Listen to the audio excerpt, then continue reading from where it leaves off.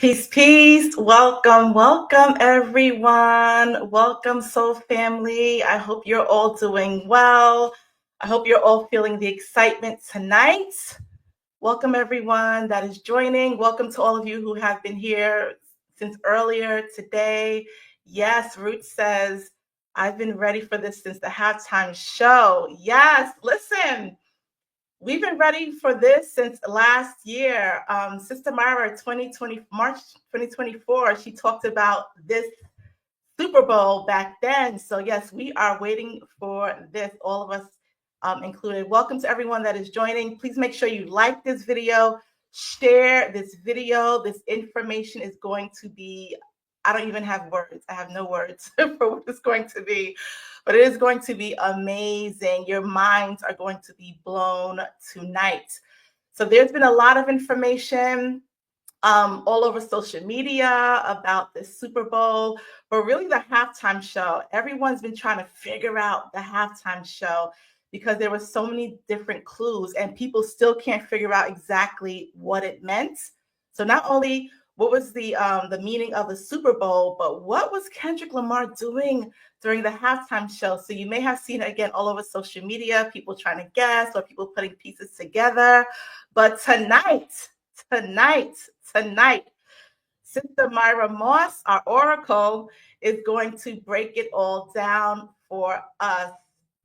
So without further ado, everyone get your pens, your notebooks, get all that ready, get your ears, your eyes ready for this wonderful message tonight.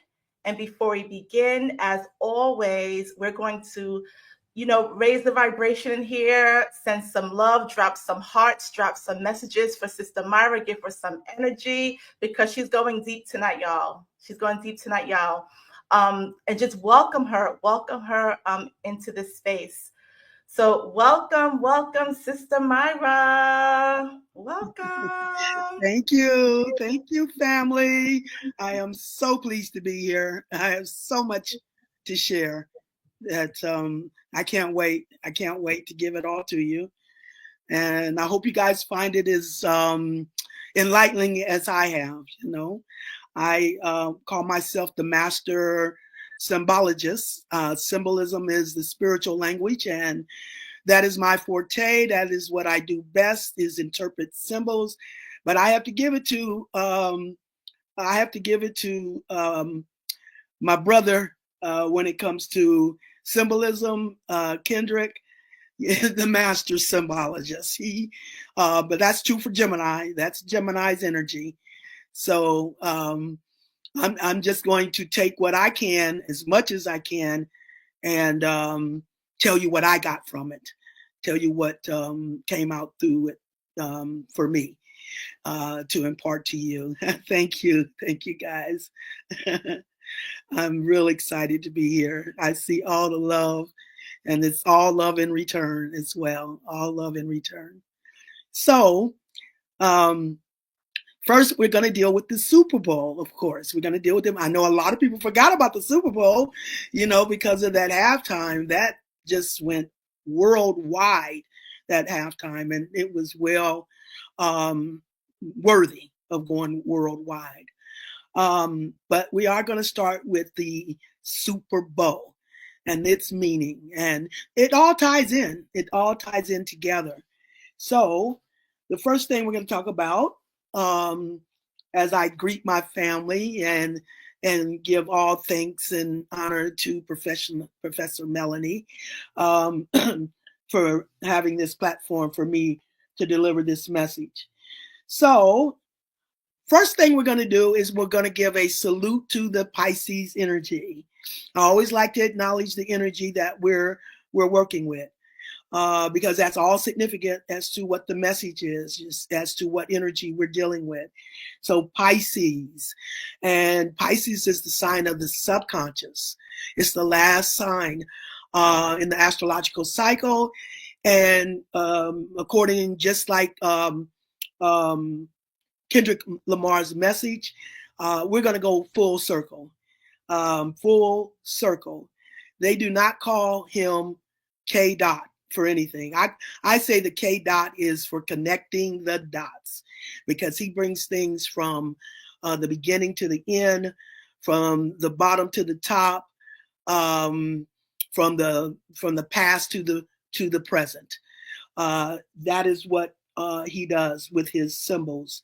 And you have to connect the dots to see all layers and see all levels. And one of the levels and layers is going to deal with this Super Bowl message. And Pisces energy. Pisces is the sign of the subconscious. It's the entrance into our Akashic records and our ancient memory. Everything did start matriarchal. The last water, Pisces, representing Big Mama. Matriarchal, that means antiquity, ancestry, ancestors. Mama tells us where we came from, our ancient ancestral lineage, family lineage. And Father tells us where we're headed, how to move forward and fulfill our spiritual purpose and destiny. So the subconscious, the entrance into our ancient memory, our ancestral powers, which all colors did come from the color black. And we're not just talking a color, so let's not even debate color. We're just talking what's hidden subconsciously. That's Mama's domain. Our ancestors. Mama tells us where we came from, our ancient lineage, our ancestral lineage. So the ancestors is what we're going to be dealing with. They had powers. Everything started matriarchal. All colors come from the color black. Original Black Mama universe, why our ancestors came out as the original rulers with powers. They could fly, they could breathe underwater, they could talk telepathically with the plants, the animals, the universe, each other. We still have those powers, but they're subconscious, and we've been in the conscious realm. Father's domain, the conscious realm, the air element, the spiritual. Mama deals with the water or the soul realm, the ancient ancestors. So, and then we, the physical vessels, are the boots on the ground, who manifests that energy as it comes down from Mama Universe through the spiritual realm, Father Spirit, and then manifests to us at ground level or the physical level as the vessels or the boots on the ground, who then manifests that energy at ground level, manifests Mama's love at ground level. She's Mama Universe. She's too omniscient to come down here and take care of her family on ground level. So this is how we harmonize from the cosmic realm, Mama's domain, through the spiritual realm, Father's domain, to us, the physical vessels and boots on the ground, to manifest that love at ground level. So Pisces energy, coming full circle. And you'll see that demonstrated in Kendrick Lamar's Super Bowl halftime performance. He does do the circle, the psycho spirit is spiral. And so everything starting matriarchal with our ancestors having those powers. However, spirit is spiral. So it's spiraled from the matriarchal into the patriarchal half, where it became external, masculine, air and fire, from the internal, feminine, earth and water. So it spiraled to the external, masculine half, and anytime we go into the Aquarius age, it's come back full circle to Mama again. That is where we hop the fence at the winter solstice. This winter solstice is when we crossed over from the physical half of this operation to the spiritual half, where we're now going to see a reversal of that energy. And anytime we're dealing with the air element, we're dealing with righteous thinking. So now the spiritual tide has turned. So we're coming out of the mundane physical illusion of power, which has become corrupted in its abuse of power. The abuse of power is the only sin there is in the spiritual reality. That is how we're judged as to how we use our powers. Are we going to use them righteously, or are we going to use them abusively? So all this started matriarchal, looking at the Pisces energy, the interest into the subconscious, or our Akashic records and our ancient memory, our ancient family memory. We follow our Pisces, our subconscious, back to our ancient ancestors, which is mama's domain. Father deals with our spiritual ancestors, which are the ancestors that we're conscious of in this lifetime. When they make their transition, they go on the front line as our team and our entourage, as our spiritual ancestors. And then they are the ones that can balance and then channel that energy to us, the physical vessels or the boots on the ground. That is how we harmonize between the three realms. So we've come back to mama's domain, antiquity, the ancestors. And that's what the Pisces energy opens up, the magic of the universe, mama magic. So that is the honor to Pisces, as we're wrapping up a cycle for a new beginning in spiritual warfare, where we will, next cardinal sign would be Aries. And that's the first sign in the physical half. The first 6 signs are physical, second 6 signs are spiritual. Neither one is higher or lower than the other. Balance is the key to the universe. Vessel needs a spirit just as much as the spirit needs the vessel. And it's about balancing opposites. That's the formula of creation. Wherever you can balance opposites equally is where you complete a 360-degree spiral. 180 degrees on each half, in order to open up a vortex for access to the next level energy vibration. We're dealing with a multitude of levels, you guys, not time, levels. That's another good thing that Kendrick does. He does deal with a multitude of layers. We're going to deal with layers. You can't take anything at first value. You can't take anything at first scope. That's just the first layer. And that's why they call him K-Dot, because you then begin to connect the dots to the next level, which is going to lead you to the next and the next and the next, where you can get infinite information as you continue to expand on how many layers or levels you're looking at. So now we're going to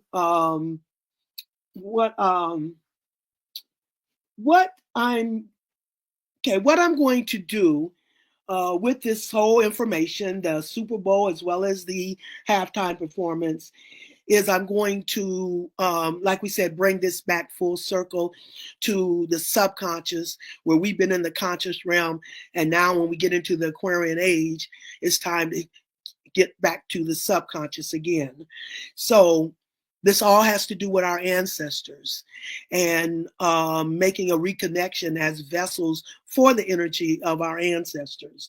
And one of the things I want to bring up first off the bat in this scenario is, and I've mentioned this before, but this was very significant.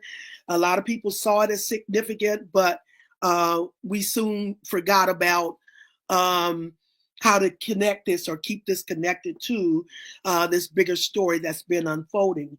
And what I'm talking about is what we're looking at here has to do with that this happened in a couple of Augusts ago, on August the 5th.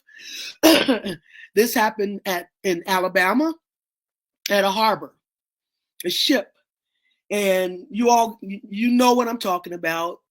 What you probably didn't realize in that scenario is that was a micro manifestation of what we're now stepping into as we get back to the matriarchal half of this operation. Or we go into the spiritual half from the physical half.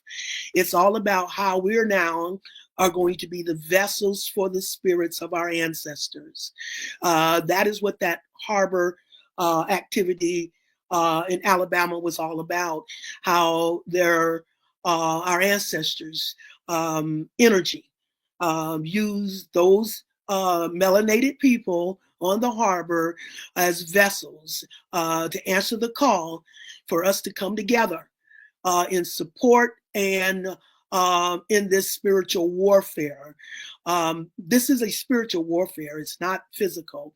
It's principalities, dominions, domains, but it's a spiritual warfare. And this is how we're going to fight this warfare. How we're going to step up in this warfare by connecting with our ancestors, the souls and the spirits of our ancestors as the vessels to step up back to who we are as the original powers, the creative powers of the universe. That is what that incident at the harbor was all about. That is a micro of what is now getting ready to unfold for us in a larger universal manner. So, first thing I want to say, this is going to be very important throughout everything, throughout the Super Bowl, throughout everything that we're looking at. There was a time when I used to say, follow the trail of the EL. Follow the trail of the EL. That's how we got to the Cinderella and all of that. Looking at wherever you find the EL is a title of divinity. This time I'm going to say, follow the trail of the number 14. The number 14. Follow that trail. That is what's going to be significant. That is when you're going to see where spirit has its hands in what is being shown or what is being happening. Looking at that number 14. 14 is going to be special here. So don't forget that. We're going to follow the trail of the 14 here. So the first thing I'm going to do is I'm going to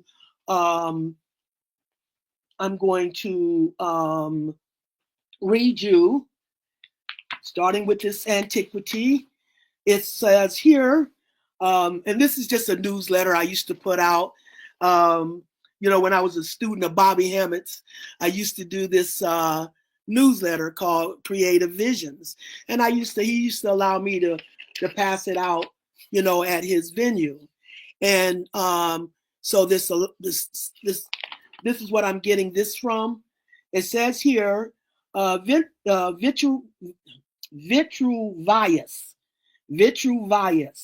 and other ancient writers associated dark skin with high intelligence. To the Greeks and Romans, the sunburnt peoples of the South were nothing less than the founders of civilization. What is truly astonishing is how effectively proponents of the master race theory were able to turn the ancient opinion topsy-turvy in the centuries that followed. The Roman writer Lucian also noted that the Ethiopians, being in all else wiser than other men, had invented astrology and taught it to the Egyptians. They conceived of themselves to be of greater antiquity than any other nation. The inventors of worship, of festivals, of solemn assemblies, of sacrifices, and every religious practice. While the Greeks and the Romans did indeed think highly of Black intelligence, they reserved their greatest praise for Black spirituality, stating that the blameless Ethiopians enjoyed the favors of gods. So, starting with that, the ancient, who we were in antiquity, how we were acknowledged in antiquity before things got turned around. Here, it says, this is called ancestral love. What goes around comes around. And we've come full circle in our spiritual reality. It is now time for us to reconnect with the knowledge of our ancient rulers so that we may step up in this Aquarian age of evolution as the new rulers for the new Aquarian age. Everything is contingent on the equal balance of opposites. We have fully satisfied the sacrifice and struggle half. That is the physical half. Energy only goes 180 degrees before it has to be balanced with the opposite 180 degrees to complete that full 360-degree spiral and open up that vortex for access to the next level. So completing a cycle. That's why Pisces is where we're delivering this message, because that is the energy where we're completing a cycle and ready to start a new one at a higher vibration as we step into Aries, the next cardinal sign. It says here, it is time for an opposite response and spiritual reward. We've been the vessels of sacrifice and struggle, not just in this lifetime, through many, many lifetimes. We've been the vessels of sacrifice and struggle. Energy only unfolds through a negative and positive polarity, which means no pain, no gain. Same extent the pain will be the same extent the gain. But it's always the darkest before the dawn, or you have to completely get through the worst in order to get to the best. And the thing that most people don't understand about that premise is you don't blend energy. You harmonize energy. So we have to complete one half before we can activate the opposite half in equal response. So we've been the vessels of sacrifice and struggle. And we've just completed that half, that physical half, at this last winter solstice on December 21st. So that means, and not just this lifetime, we're talking all our past lifetimes. That means that everything you've done in this lifetime and in all your past lifetime as a vessel of sacrifice and struggle is now being tallied up as to your investment in what's going to now pay off in opposite return in spiritual reward and spiritual empowerment. So completing that half, a sacrifice and struggle, and now we've hopped the fence at the winter solstice, where we're now going to, the energy is now going to reverse, and now it's going to bring back the spiritual reward and empowerment as a result of us completing the sacrificial struggle half of this universal holistic operation. So it's time for an opposite response in spiritual reward and empowerment from the same level of struggle and sacrifice. We are the vessels of our ancestral spirits to heal the wound that had been passed down generationally. It has become too huge on a personal level to handle. That is why we must reconnect with the spiritual ancestors as we bring balance to the physical and spiritual harmonization. And that is what I mentioned before when I talked about that harbor, in Alabama. How we became, those people that was there became a vessel for the ancestral spirits to step up in this spiritual warfare. And that is what Aries is going to bring us, as Aries is the first sign in the physical half. And that is where we're now going to now balance with our spiritual and our ancient ancestors as we become the vessels for that energy to fulfill and complete this universal purpose. So that is that what happened at that harbor was a micro simulation of what is getting ready to happen overall as we're getting ready to step up back to the powers of our ancestors. They could fly, like I said, they could breathe underwater, they could talk telepathically, and we still have those powers. However, they're subconscious, and we've been in the conscious realm. We've just completed the conscious realm, and now we've hopped the fence back to the subconscious. That is the Pisces energy, the subconscious, the antiquity, mama's domain, our ancestors, our ancestry. Mama tells us where we came from, our ancient lineage, ancestral family lineage, and Father tells us where we're headed, our spiritual purpose and destiny. So The blossoming of a SARS energy. The spiritual energy story regarding the battle between Set and Asar at one level represents the reconciliation of the opposite balance between the father, Set, as the air element, and the son, Son/Sun, Asar, as the fire element. The air element is about mental structure. It also denotes the spiritual aspect as Father Spirit, the righteous spirit, the father of responsibility. He is also known as Cronus, or Father Time, while the sun, as the fire element in its opposite, is about the passion of his desires. It denotes the power aspect as the son of power, and action energy.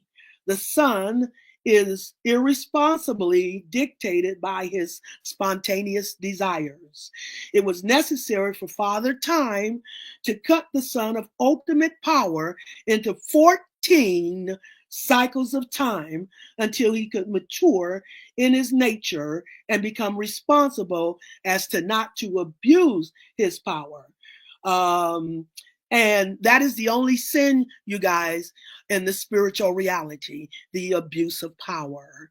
I don't care how much power you're given, that is how you're going to be judged as to how you use that power.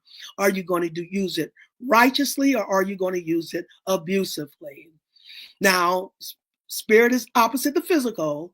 And in the physical, we have a multitude of sins. But in the spiritual, there's only one sin, and that's the abuse of power. It doesn't matter how much power you're given, it's how you're going to be judged as to how you use that power. Are you going to use it righteously, or are you going to use it abusively?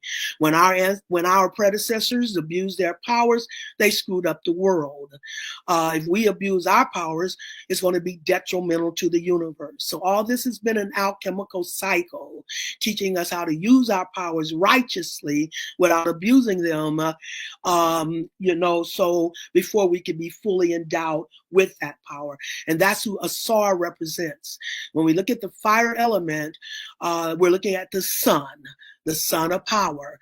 And in the physical rotation, we're going to look from Aries to Leo to Sagittarius.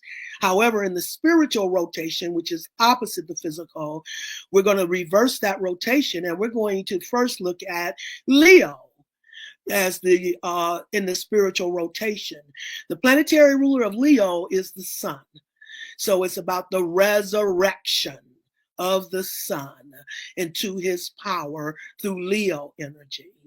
And as the sun resurrects, it reverses the cycle. So he now resurrects into Aries energy.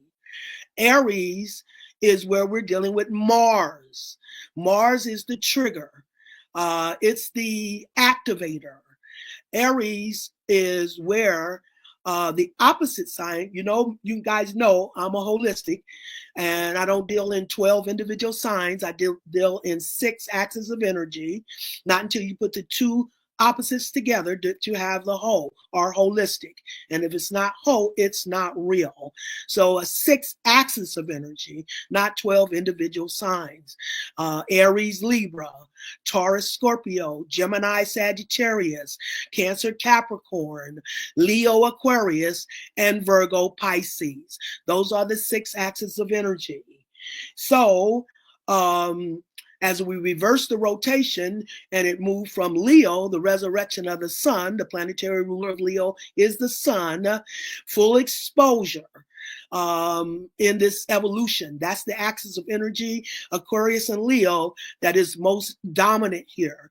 Because anytime we get into the Aquarian age, we've balanced on enough levels to evolve to a new level in spiritual rulership in the universe, being that Aquarius is the sign of evolution and Leo is the sign of the creative rulers, our creative powers, our creative rulership.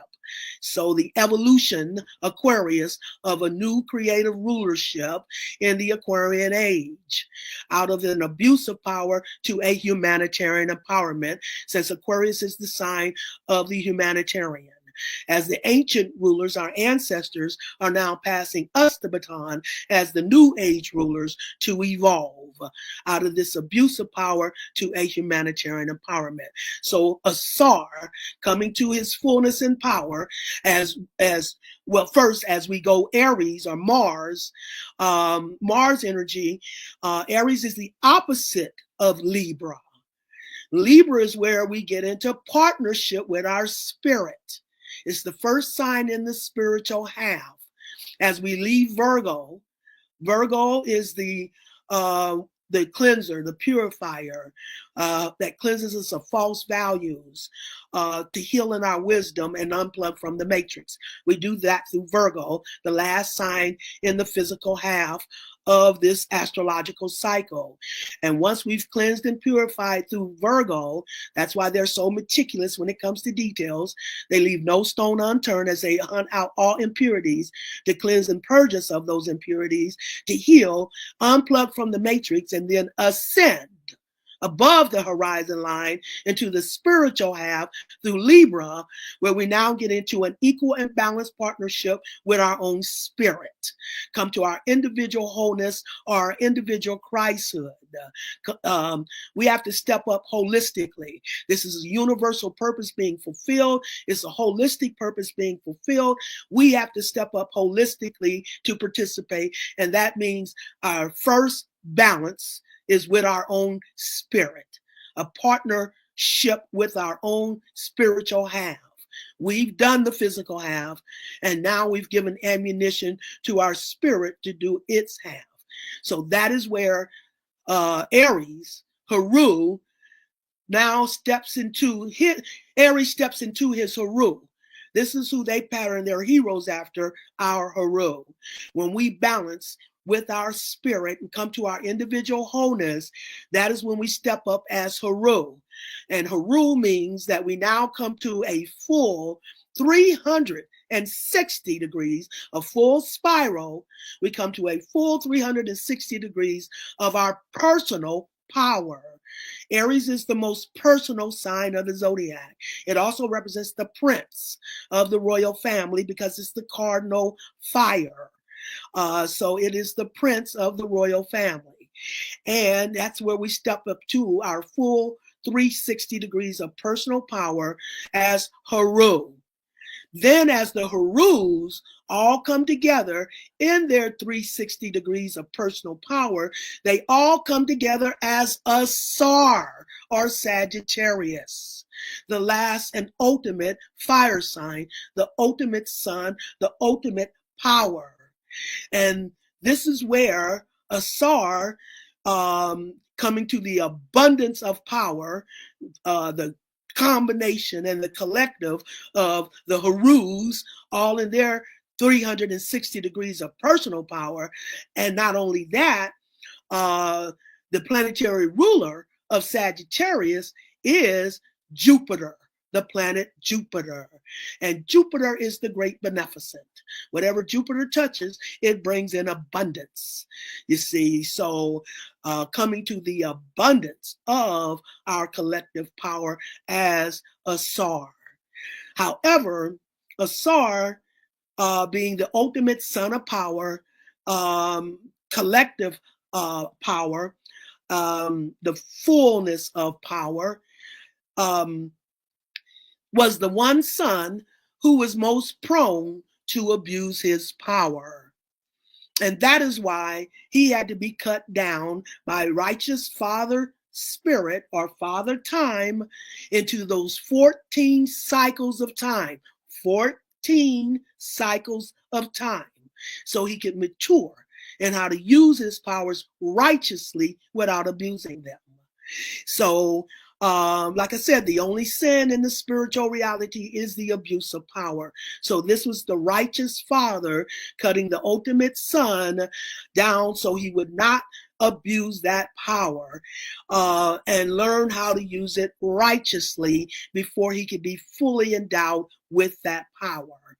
So that's a SARS energy. And that is how he was cut down into those 14 pieces. The last piece being his penis. the power of resurrection into the abundance, Jupiter energy. It takes energy and make it abundant.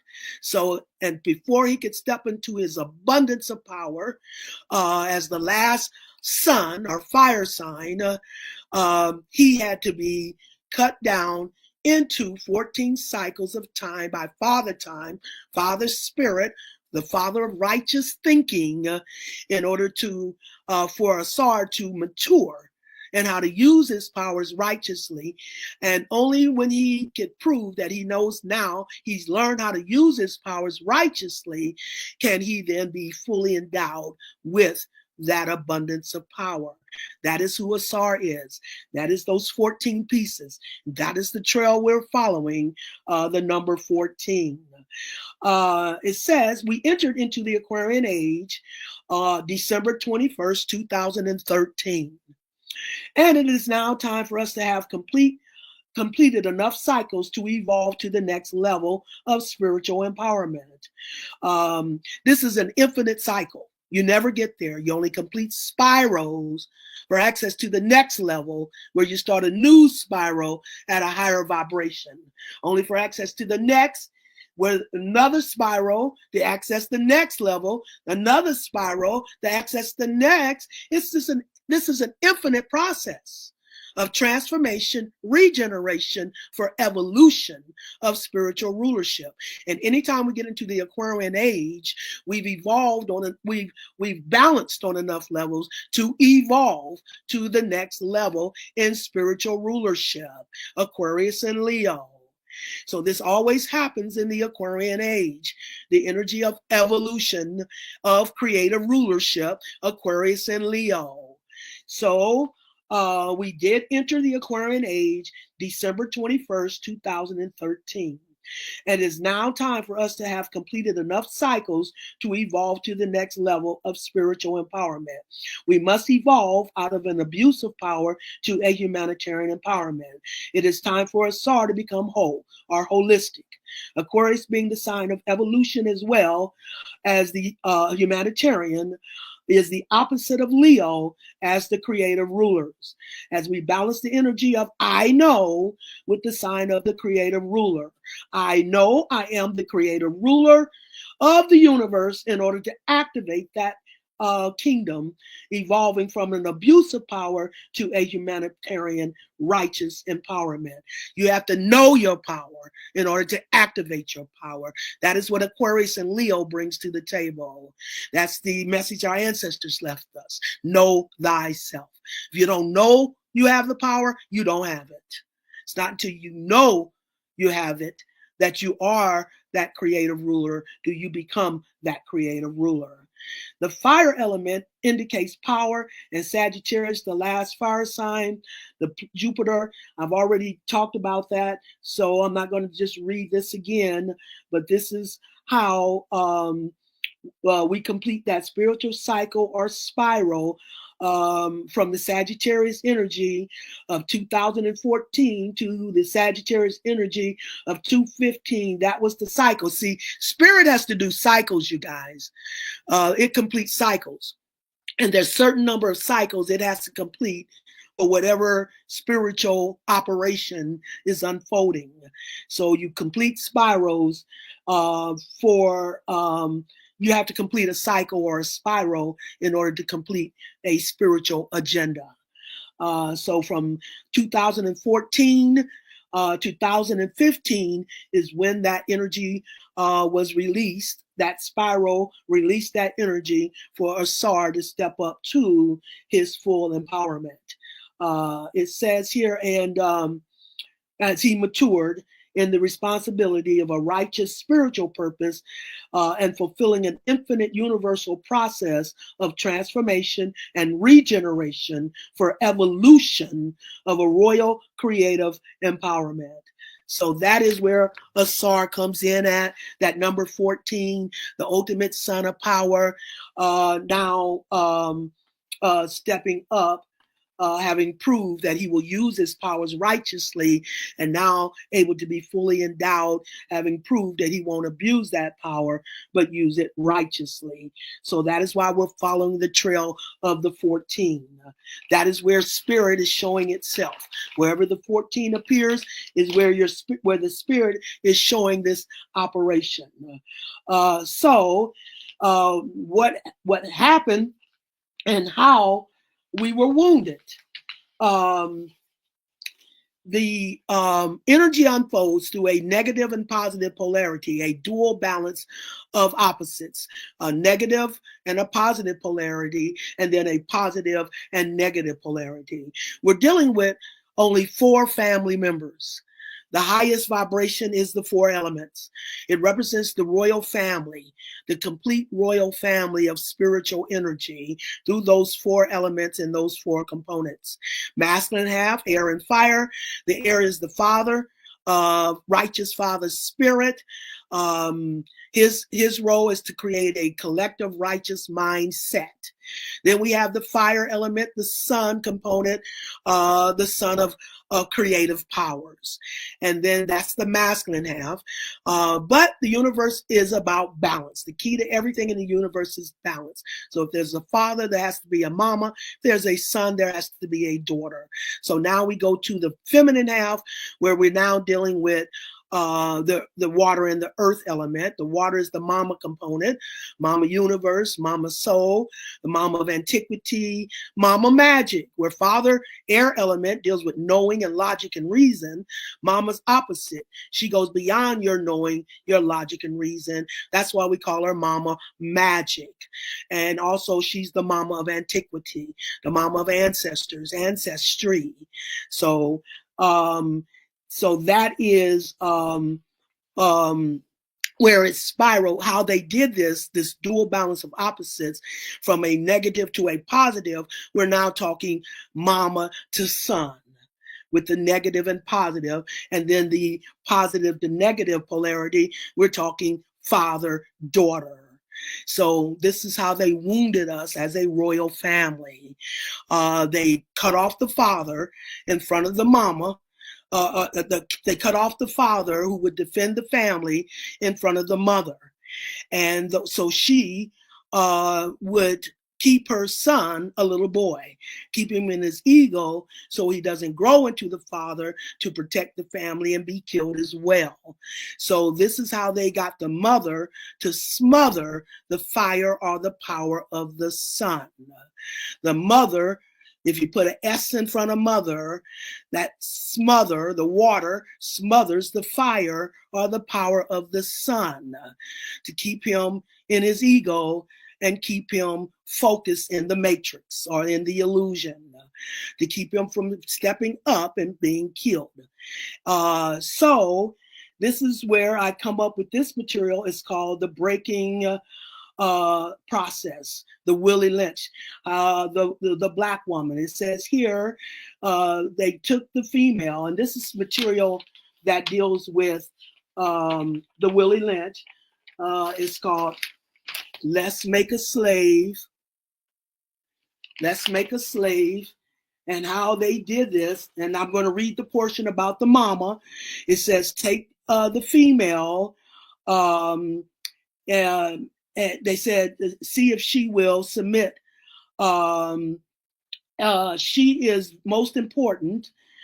She shows any sign of resistance in submitting completely to your will. Do not hesitate to use the bullwhip. And then it goes on to say, therefore, let's see here. Where did I should have marked that out? Where, well, this is where they're talking about, breaking just like you would break a horse. And it says here, it says, take the stud, breaking from his limited containment, completely break the female horse until she becomes very gentle. I should have marked it off, but I don't see it. I thought that's, anyway, it's about where they're talking about how to make a slave. And it's what I described about killing off the father in front of the the mother, so she would keep the son suppressed in his power. So he would not be killed like the father. So that was that first part of how we were wounded as a royal family by now that mother-son. And that mother-son versus father-daughter, the mother-son represents the physical aspect, where the father-daughter represents the spiritual aspect. So when the mother smothers the power of the son, opposites do the same, simultaneous in opposite perspective. So when the mother smothers, that means on the spiritual, the father spirit, father abandons the value of the daughter. The daughter, earth deals with value. That's the earth element. Daughter, earth. Mama universe, daughter, earth. You guys heard me say enough. It's not Mother Earth, it's Daughter Earth and Mama Universe. This is a family endeavor. Father Spirit, Son of Power, Mama Universe, and Daughter Earth. All souls come in through Mama Universe and are manifested and materialized through Daughter Earth, who manifests her energy at ground level, reflection of Mama Universe. So it's Mama Universe and Daughter Earth. That's the feminine half. So the water is the mama, and the earth is the daughter. So the daughter deals with values, the daughter deals with character, and she also deals with healing. But the highest vibration of the daughter is security, being secure from within. We're dealing internal when we're dealing with the feminine, the water and the earth. So water is our emotional happiness, the mama, and earth is our security, the daughter. Those are internal. So your emotional happiness and your security are internal. Those are too big of a burden to put on anyone's shoulders outside yourself. Spirit moves inside out, not outside in. When we are secure, the earth, and the value, earth, of what we feel, mama, that's how mama speaks to us, through how we feel internally. When we're secure in the value of what we feel, that is how we send that energy out externally, and it manifests as air and fire or spiritual power. So spirit moves inside out, not outside in. That means we're energy transmitters as well as receivers, but it's what we send out as to what we spiral back. And if we're sending it out at 20, we're going to spiral it back at 20. If we're sending it out at 80, we're going to spiral it back at 80. That goes back to the I know. I am a creative ruler. If you know your power, that's how you activate your power. If you don't know it, you don't have it. If you think they can get you, yes, they can get you. If you know they can't touch you, they can't touch you. That's how that goes, you see. So when the mother smothers, the father abandoned the value. Earth deals with value. That's the daughter. So he abandons the value of the daughter. So that is how they wounded us during Willie Lynch, smothering the power of the son, and then in the spiritual, the father abandoning the value of the daughter. And they said this will self-perpetuate for hundreds of years unless something phenomenal turns it around. Well, we did have those phenomenals. And the phenomenal that turned it around is this material. And this is something that I have used before. So some of you that's been following me may seem this to be familiar. It says here, and this is going straight to what we really want to deal with. And when we're dealing with Kendrick Lamar, we're dealing with the Gemini energy. This is called the Gemini Gateway. The gateway into a new reality of creative rulership. I did this presentation in Harlem, New York on May 22nd, 2005. That's where I'm pulling this material from. See? And it says here, on August the 11th, 1999, there was a fixed cross of energy in the universe. That means all the planets were sitting in the four fixed signs of the zodiac. That is Aquarius opposite Leo and Taurus opposite Scorpio. Those are the four fixed signs of the zodiac. I call them the four horses of the apocalypse. They are what you call the army or the enforcers. The cardinal cross, Aries opposite Libra, Cancer opposite Capricorn. Those are the royal energy. They activate a royal empowerment. Then the fixed cross is what sets it into motion. The fixed cross is what enforces, as the army enforces, this enforces that energy that the cardinal cross activate. And then we have the mutable cross, the magical cross, which is Gemini opposite Sagittarius and Virgo opposite Pisces. So those are the three cross levels that has the most influence on everything that's going on in the universe. So the cardinal cross activated this royal purpose, and now the fixed cross in the Aquarian age is what is enforcing it. So on August the 11th, 1999, there was a fixed cross in the universe. All the planets were sitting in those four fixed signs, demonstrated by most of the planets sitting in the four fixed signs of the zodiac: Leo opposite Aquarius and Taurus opposite Scorpio. This fixed cross was symbolic of the cross of crucifixion, indicating a reversal of energy from the physical to the spiritual rotation. It is time for daughter Earth to become a sacred planet, which means she must become holistic. And in order to do this, she must now shake off the parasites. Anyone that is not contributing their energy at the rate they're taking it is considered a parasite. On that day, the focus, the sun is always the focus, you guys, and the focus in Leo. Leo is the sign of creative rulership, which means that it was time because of the sun. The sun is full exposure.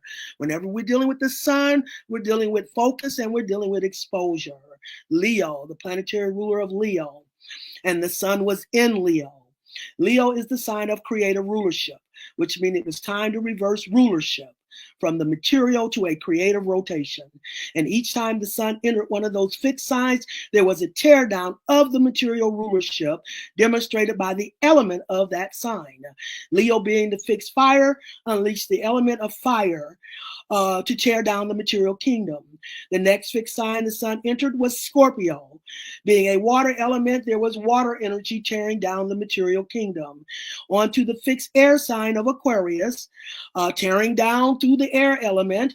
And then finally the fixed earth sign of Taurus, tearing down through the earth element.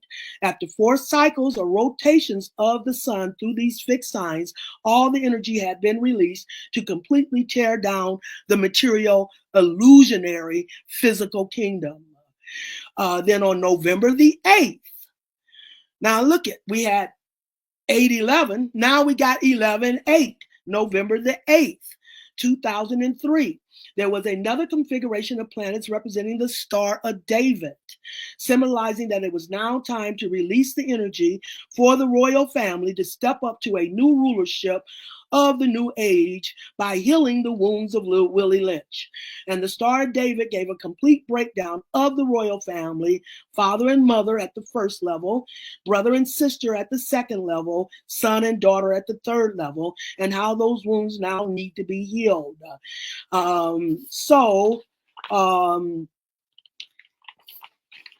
This is where I'm going to show you, and I've showed you this before, that fixed cross, but it was sitting on its side.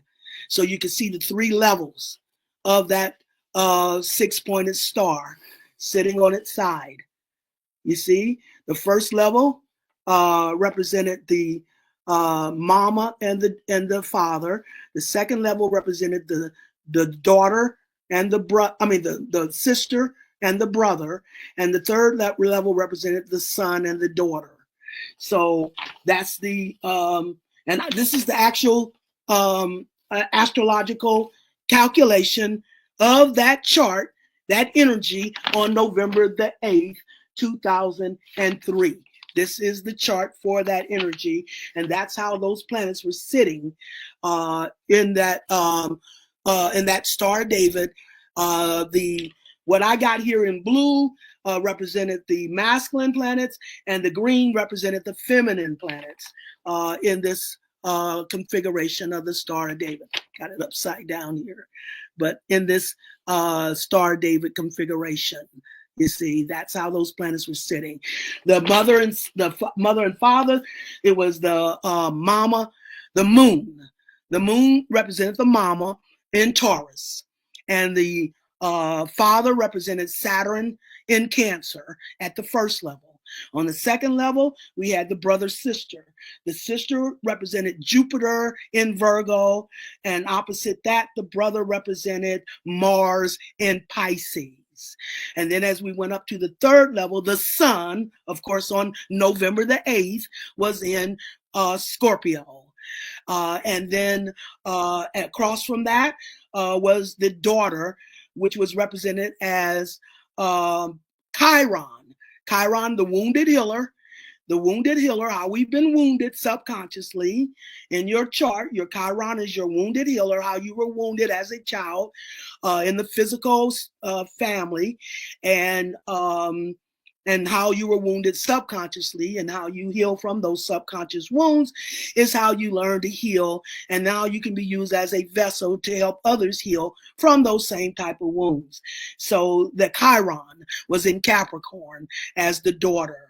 So that was the full royal family and how they were wounded. The Star of David told us how we were wounded, and also how we are being healed, so we can step up as the new rulers for this new Aquarian age that is blossoming. So the Chiron, so the mama in Taurus. Taurus is a sign of values, and her wounding, she became as they cut off the father. Well, the father was Saturn in Cancer. Cancer is the sign of unconditional love, defending the value of defending the family in his unconditional love, and they cut him off. That's when they cut off the father. And then when they cut off the father, that's where the mother began to become compromising in her value. That is when she, and not always willingly, she became the slave master's mistress for her values. And then that is how she passed the energy to the second level, where we have the sister in that Jupiter in Virgo.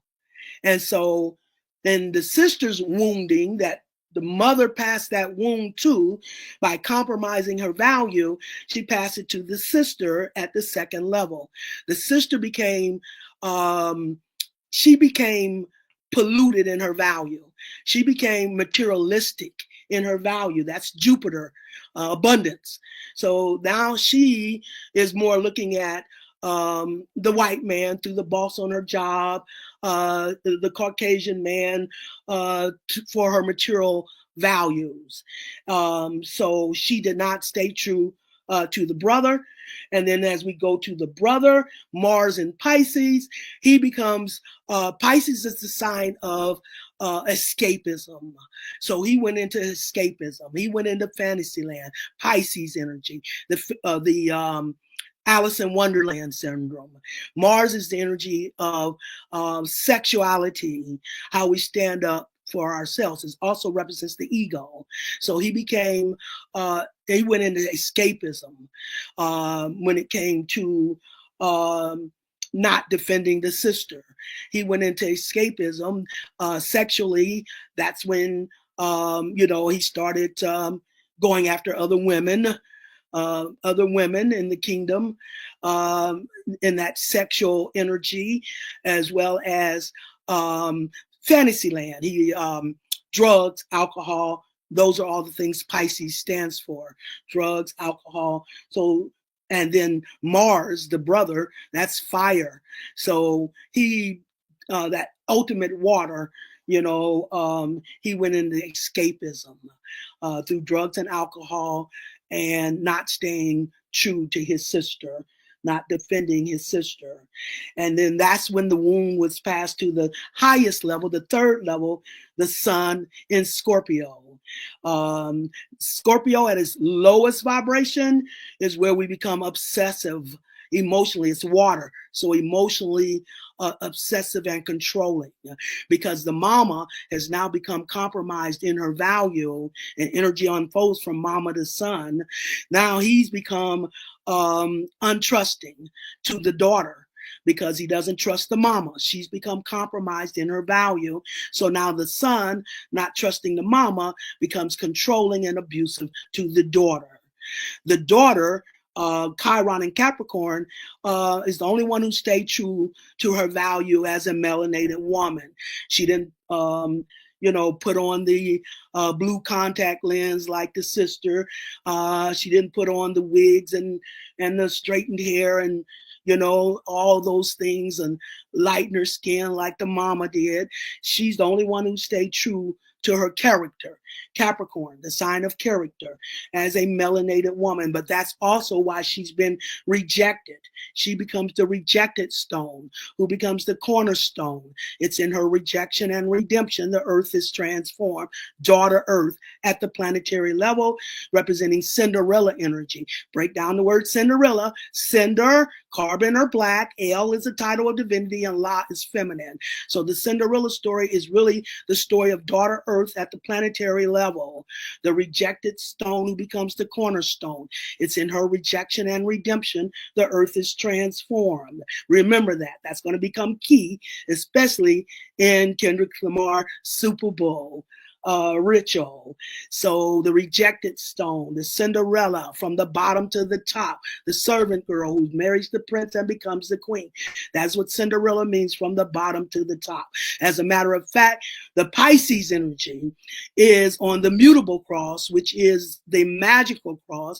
Pisces is the last water sign on the mutable cross. Mutable is magic, and the water is mama. So the magical mama is actually the fairy godmama of the Cinderella story. We're putting energy in forms of stories so you can understand what the energy means. We're personifying energy through this Cinderella story. So the fairy godmama is the Pisces energy of Cinderella, daughter Earth, the rejected stone. And the reason she's been rejected in her value is because she is the energy of integrity and character, because her planetary ruler is Saturn. And Saturn is the taskmaster who challenges all of us, restricts all of us. You have all the energy in you. Everybody, you have all the energy and you have a full cycle.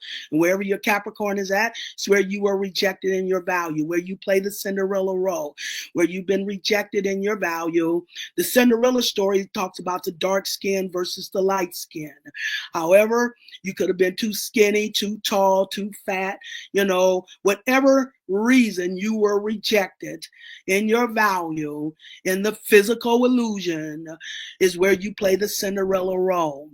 You have to first redeem your own value from within and move that energy out externally in order to bring it back external from others.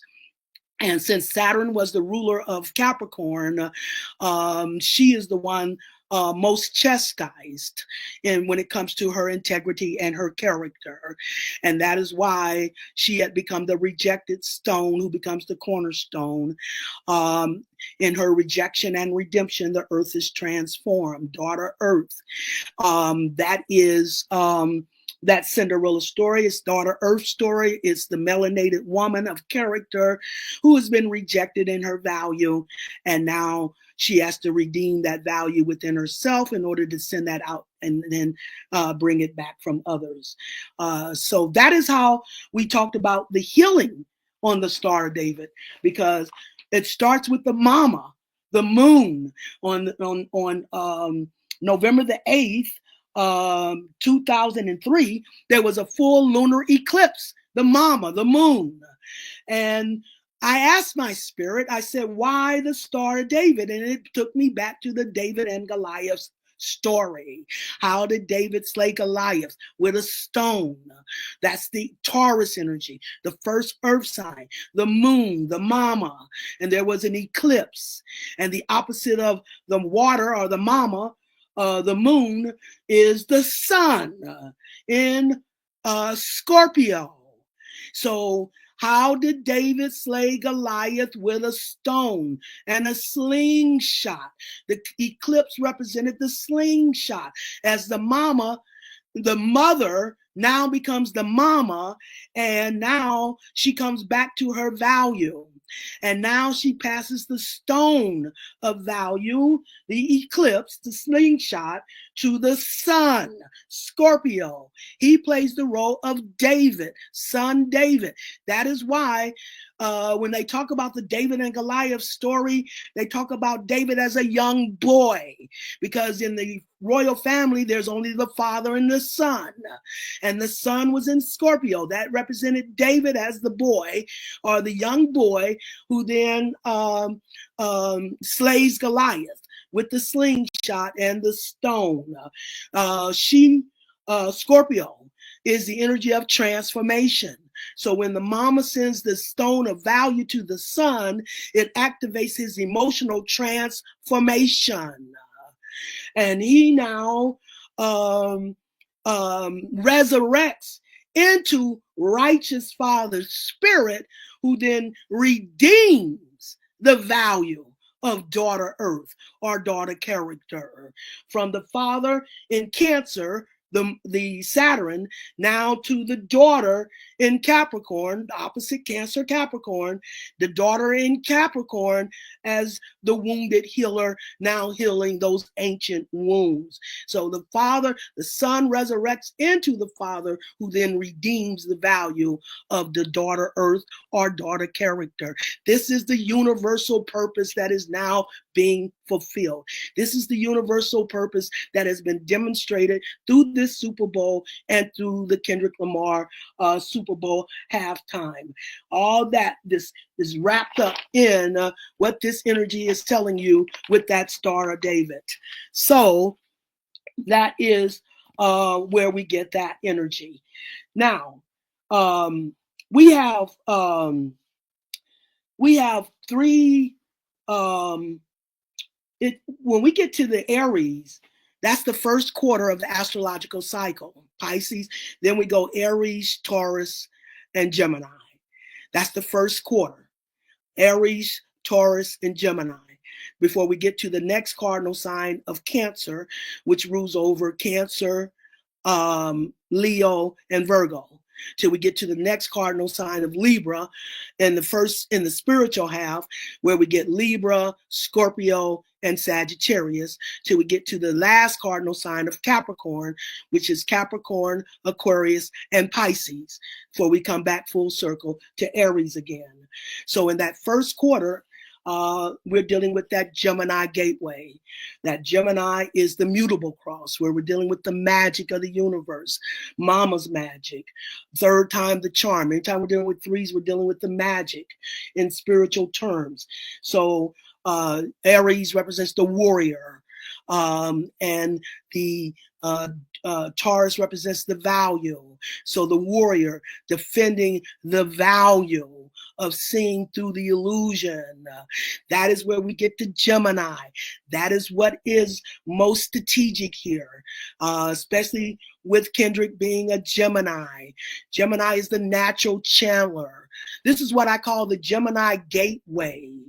You have to get through that Gemini gateway. You see this in the metaphysical movies, where the warrior, Aries, is trying to get through the Twin Towers, Gemini gateway. And if he doesn't go through in clear discernment, that means being able to discern between the spiritual reality versus the physical illusion. The physical illusion is external, spiritual reality is internal. If he doesn't not able to discern between the two at that Gemini gateway, that is when you'll see a beam of light come out and strike that warrior down. You'll see all these bones around that Gemini gateway, the sign of discernment. So as the sun entered Gemini, the sign of duality, it represents the gateway of physical illusion versus spiritual reality. Before you can access the source of power, the mama, Cancer, and before you can cross over from Gemini, which is the eastern half to the western half through Cancer. The first mama, the water, Cancer, Kali Ma, the ancient mama. First, you have to get through that Gemini gateway. Before you can access that mama, Cancer energy at the summer solstice, it'll be necessary to prove that we can discern the difference between what is real and what is illusionary. We will not be able to straddle the fence. We will have to receive the return of the mama holy. It is not meant to save this illusionary kingdom. This is why the patriarchic spirit is being revived by the powers that be to overcome the regenerative power of the mama. Only then can we return to the Leo as the now healed rulers of the new creative spiritual kingdom that is ready to blossom for the Aquarian age. So that is where that Gemini comes in at. So now we're dealing with the Super Bowl. We're going to start with Super Bowl. First, we're going to start with the first Super Bowl that Kansas City. There was always a prophecy that whenever Kansas City won the Super Bowl, that there would be a regeneration of energy. So the Super Bowl where Kansas City was in the Super Bowl with let's see. Okay, yeah, I see what it is. So Kansas City in the Super Bowl. The first time Kansas City went to the Super Bowl in these recent years was when they played against the San Francisco 49ers. Now, when I always do the symbolism of the Super Bowl, so I have to research the energy to understand what that meaning or what that message is going to be. But no matter what I pull together, and I always use the symbols of the team. This is not about football. This is not about the teams literally. This is about what the teams are symbolizing in their energy. That is how we get a higher perspective. When you pull energy is how you create spirit.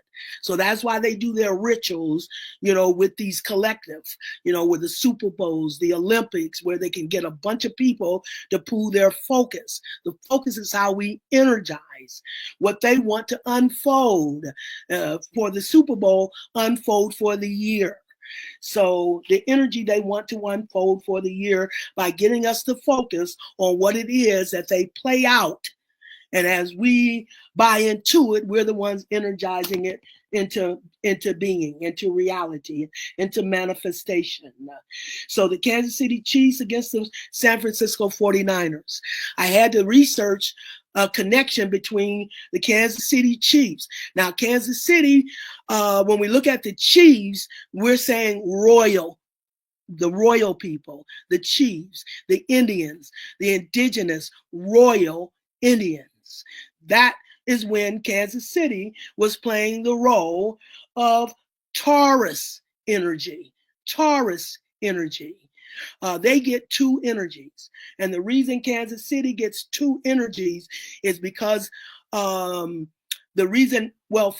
off, the reason Kansas City was representing the indigenous Indians, the royal indigenous Indians, is because of the Wakanda Springs, the Wakanda Springs, the Wakanda Springs. This is what they put into the movie Black Panther, which was not true. That was a distraction. That was something to take you off, recognizing who we are, because there is no Wakanda in Africa. Nope. There's no Wakanda in Africa. But Wakanda Springs, the ancient energy of these indigenous ancient energy beings, represented as Taurus energy, the first earth sign, first manifestation of the indigenous people as Taurus energy. The Wakanda Springs sat on the border of Kansas. It was on the border of Kansas, Wakanda Springs.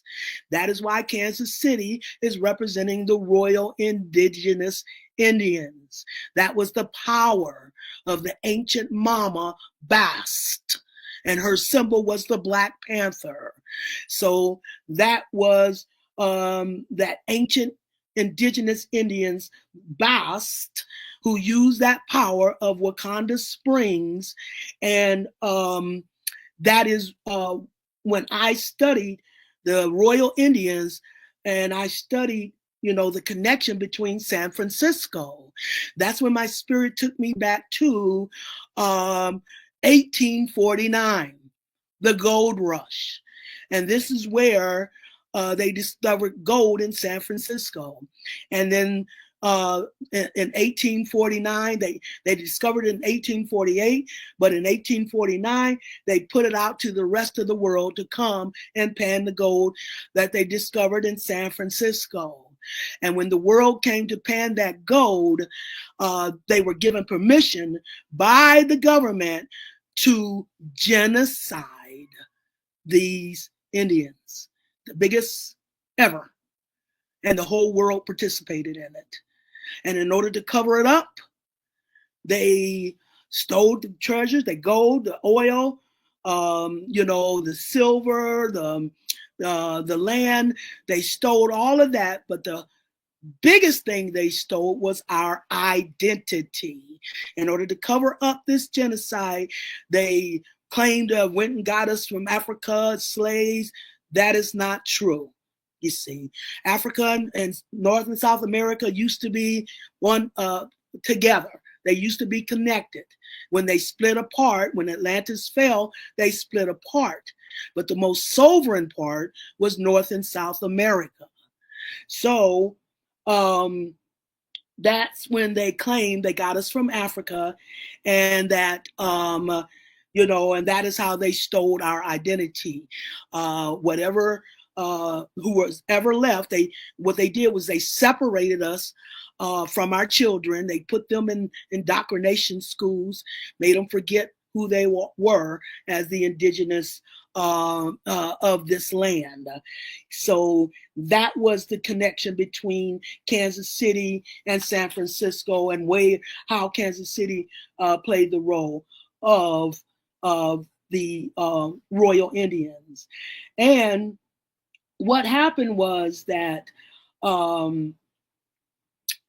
there was a Super Bowl, and I'm trying to connect the dots like K Dot. K Dot, connect the dots. There was a Super Bowl in 2013, and this was Baltimore versus the San Francisco 49ers. Now, San Francisco is Cancer energy, where Baltimore was Leo energy. So this was a mother-son Super Bowl. And in this Super Bowl in 2013, it indicated how we are being healed, how the mother now becomes the mama and releases the son into his resurrection. Remember, the mother smothered the power of the son? Well, now this Super Bowl was indicating how we're being healed, how the the mother becomes the mama, comes back to her value. And now she, as the negative polarity is the feminine polarity. That means the feminine backs off, you see, and that moves the masculine forward. So she backs off as the negative polarity and releases the son into his resurrection. That's what the Super Bowl in 2013 was demonstrating between this was the Baltimore Ravens and the San Francisco 49ers. This was the Super Bowl where the lights went out for 34 minutes. They went out on the mama's half where it stayed dark, but it went lit up in the son's half, exposure. And it stayed out for 34 minutes. This was also the Super Bowl right after the Beyonce halftime performance. And in this performance, Beyonce did a tumble. She did a fall. That's important. Put a pin in that. That's important to remember.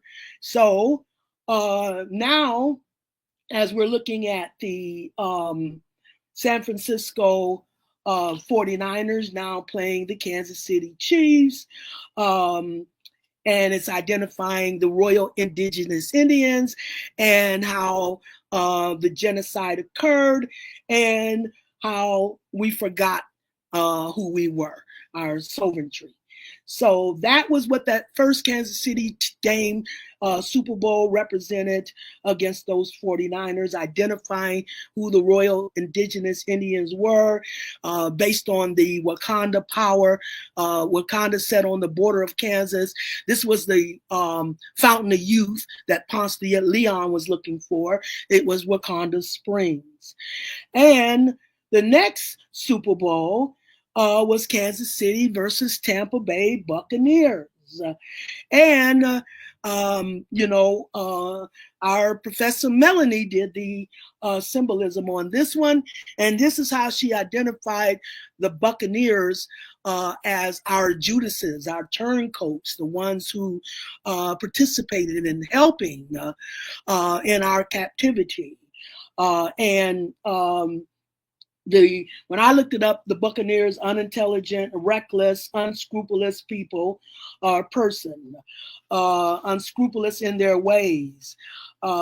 It talks about the 17th century, the French, the Dutch, and England plunders these vulnerable nations, initiating colonization. So that's the Tampa Bay Buccaneers. Colonization. Kansas City versus colonization. And Kansas City lost that game. So the Royal Indians lost to colonization. That is what was symbolic of Kansas City and the Tampa Bay Buccaneers. And then the Super Bowl after that, the Kansas City did not make that Super Bowl. We had the Rams versus the what was that? The Rams, and I can't read my own writing. Who was that? The Rams played. Now I can't read it. The Rams. Oh, Cincinnati and the Rams. So so they didn't make that Super Bowl after, but then the next Super Bowl, the third Super Bowl they made, was Kansas City versus Philadelphia, and when we did Kansas City versus Philadelphia, I did do this Super Bowl symbolism. I did this on Brother Rich's show, and in that Super Bowl symbolism, I talked about. I used this book. I showed you this book, The Horoscopes of the Western Hemisphere. And this is how I get the energy, because they got all the charts of all the cities and states in the Western Hemisphere. So when I went to Philadelphia, we already know what the Kansas City is representing. This is what came out with Philadelphia. They're Scorpio. They're November the 7th.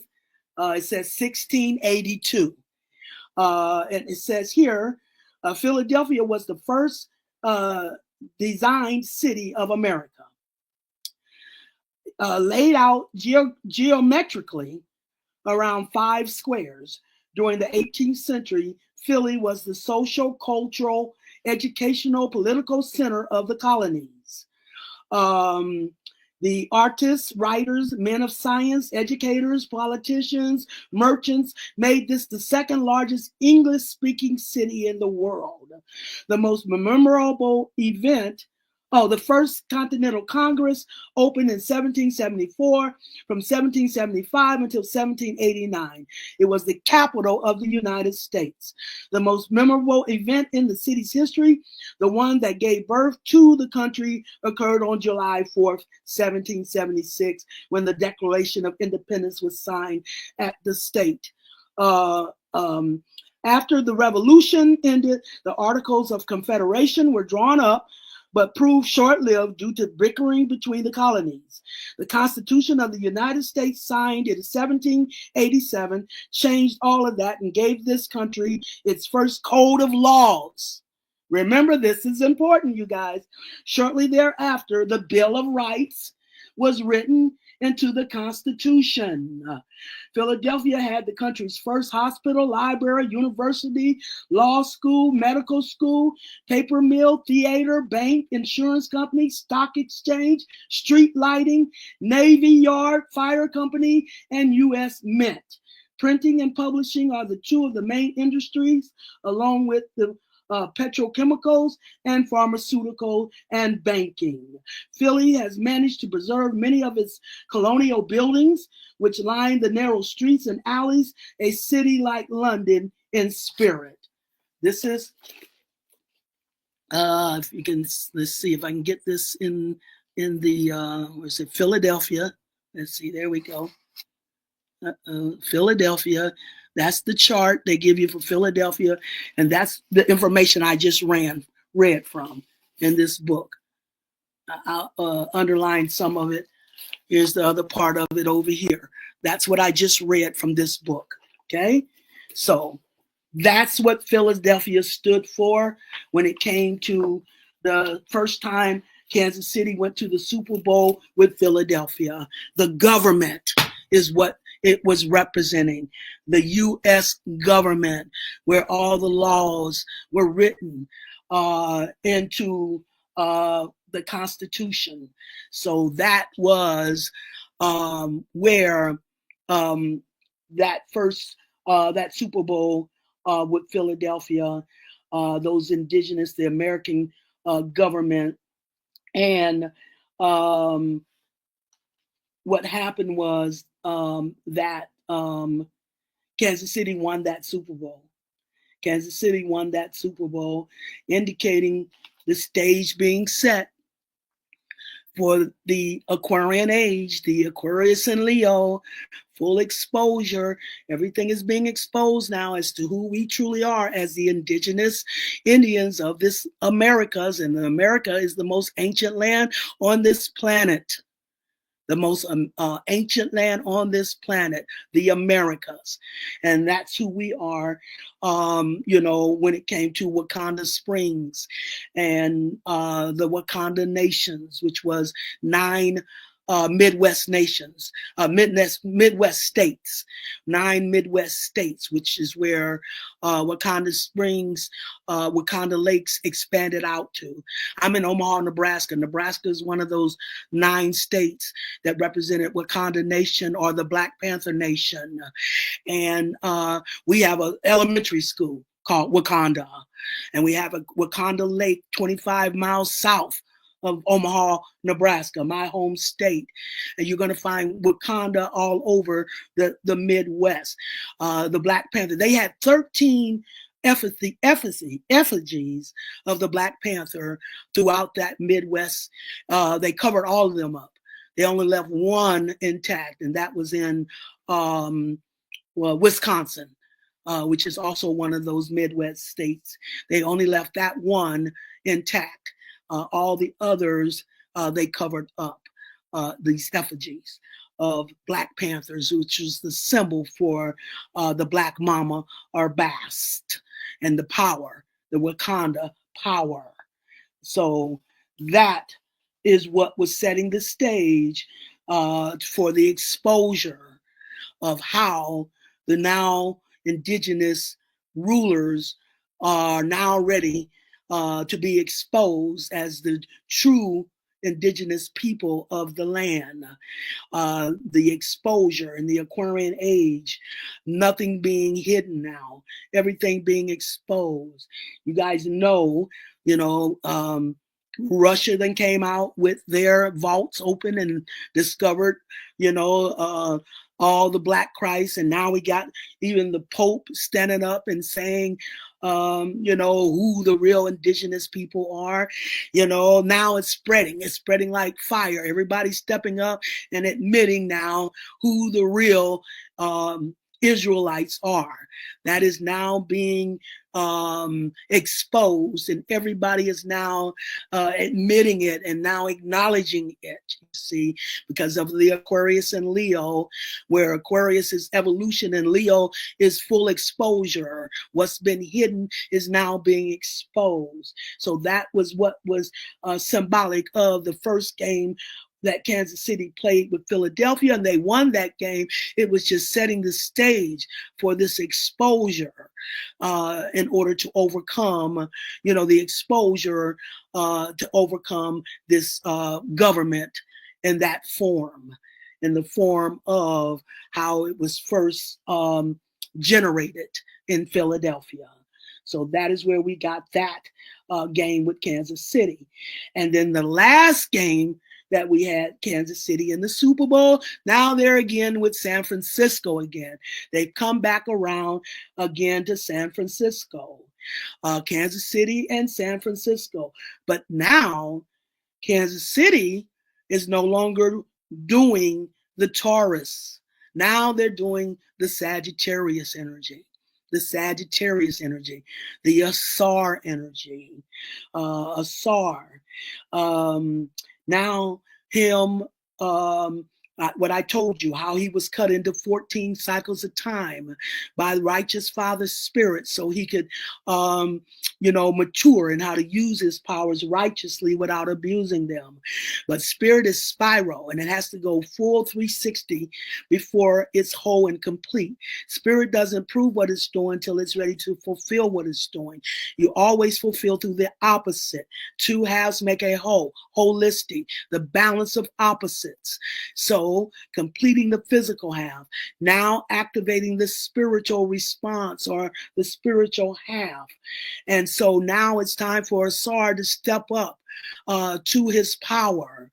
And now Asar, but Kansas City now, the reason they're now representing Sagittarius energy, the last son, he's Asar then got cocky now. He done got big-headed. I mean, he done been to the Super Bowl, 4 times out of 5, and winning all these Super Bowls. And so now he done got big-headed and cocky. And that is what Father Spirit is trying to guard against, the abuse of power, becoming, egotistic in your power. So that's what was being displayed in the Super Bowl last year, Super Bowl 58. Super Bowl 58. And you add up 5 and 8, you get 13. And now Asar, because he's not whole, because he's not complete, he's now become abusive in his power. He now has become abusive in his power. That is why, because the emphasis is on the number 13, the 58th Super Bowl. Adding 5 and 8 adds to 13. The San Francisco 49ers, 9 and 4, adds to 13. Now they bring in Taylor Swift. Her birthday is December the 13th. The quarterback for the 49ers wore the number 13. So very much an emphasis on the number 13. Not only that, we're in an 8-year. 2024. We're in an 8-year. The number 9 is the number of completion, fulfillment, transitioning from one level to the next level. But we're in an 8-year. And Asar is demonstrating the number 13. The last piece that was they could not find to put Asar back together was the penis. That was the 14th piece. So Asar has now come back together in his power, but he's not whole. He's not complete. He's at the number 13. 13. So he's still abusive. If you're just one iota outside of full completion, you're still in an aberrant rotation. It's still not whole. It's not complete, and it's still in an aberrant rotation. So he's 13 pieces have come together, and he's feeling his power. The ultimate son. I've been to the Super Bowl all these times and I can't be beaten, and they did do some unscrupulous rituals. I talked about the ritual they did where these three men in Kansas City were found dead in the backyard. I told you, and then, like I said, bringing in Taylor Swift and doing commercials for, what I'm talking about, doing commercials for that, for taking the J. All that was being demonstrated in that 13th Super Bowl. So Asar was not whole, he wasn't complete, he wasn't fulfilled, and he was still in an aberrant rotation in that number 13, and that's where he became abusive in his powers. So that is what was that's what gave me the first signal when Professor Melanie talked about, we've been talking about this since last year, is because of this Super Bowl. Well, to me, seeing that number 8 year and the 13 of Asar, to me, that was a neon sign pointing to the next Super Bowl. The 14th Super Bowl, Super Bowl 59, Super Bowl when we're in the 9 year, when it's time for fulfillment, it's time to transition to a new level with that number 9, 2025. And this is where, I had talked about this. What I talked about was, well, I'm not going to go there yet. So now we get Super Bowl 59. And in 59, what? We got Kansas City again versus the Philadelphia Eagles again. So what is going on here? Now, when we got down to the last four teams in the playoff, the last four teams, we had Kansas City Chiefs, we had the Philadelphia Eagles, we had was that Kansas City? We had the Washington Commanders, and we had the who was that? Who was the fourth one?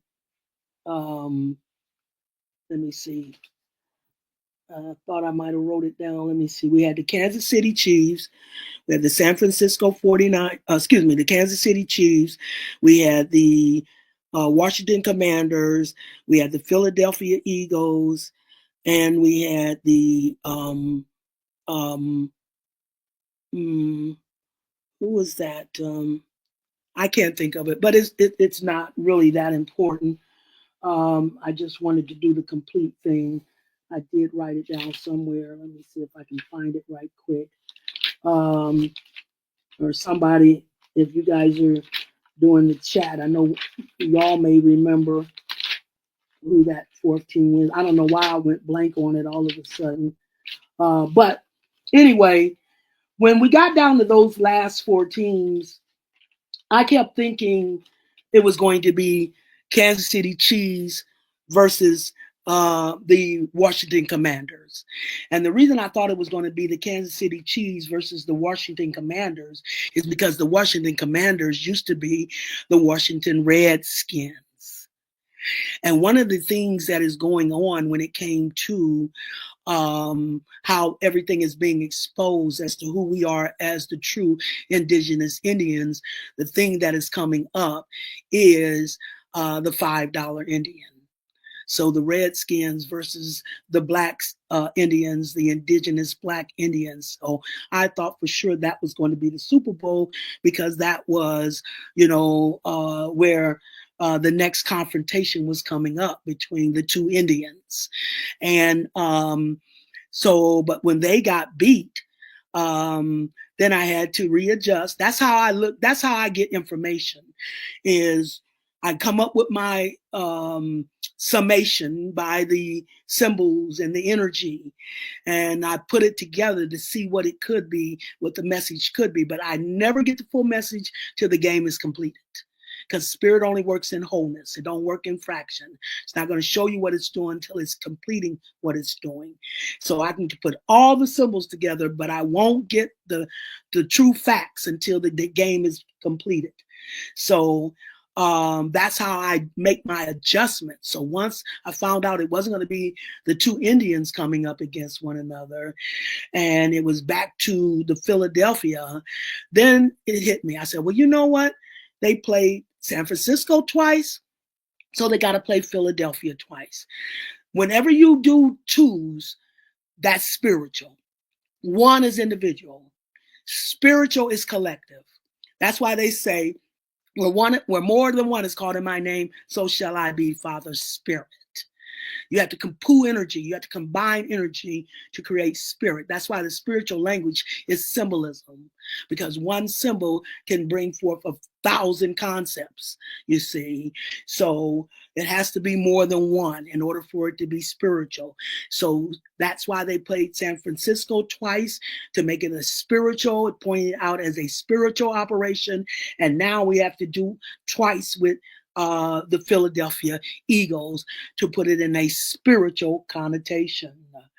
And what happened is that what I learned after the game, because I still thought it would be Kansas City. I thought Kansas City Sarge just gonna put on his penis, his 14 piece, and then that is going to be the resurrection of those indigenous ancient Indians, as he put on his 14 piece, his penis, for that resurrection and to his abundance of collective powers. And so when it didn't happen that way, I had to figure out, I had to ask spirit, why?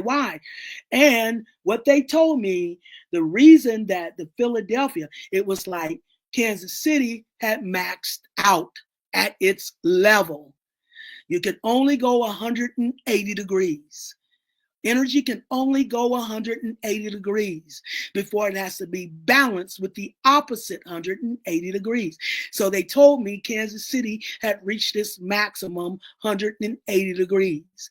And it was like they had to pass the baton to Philadelphia. They had to pass the baton to Philadelphia.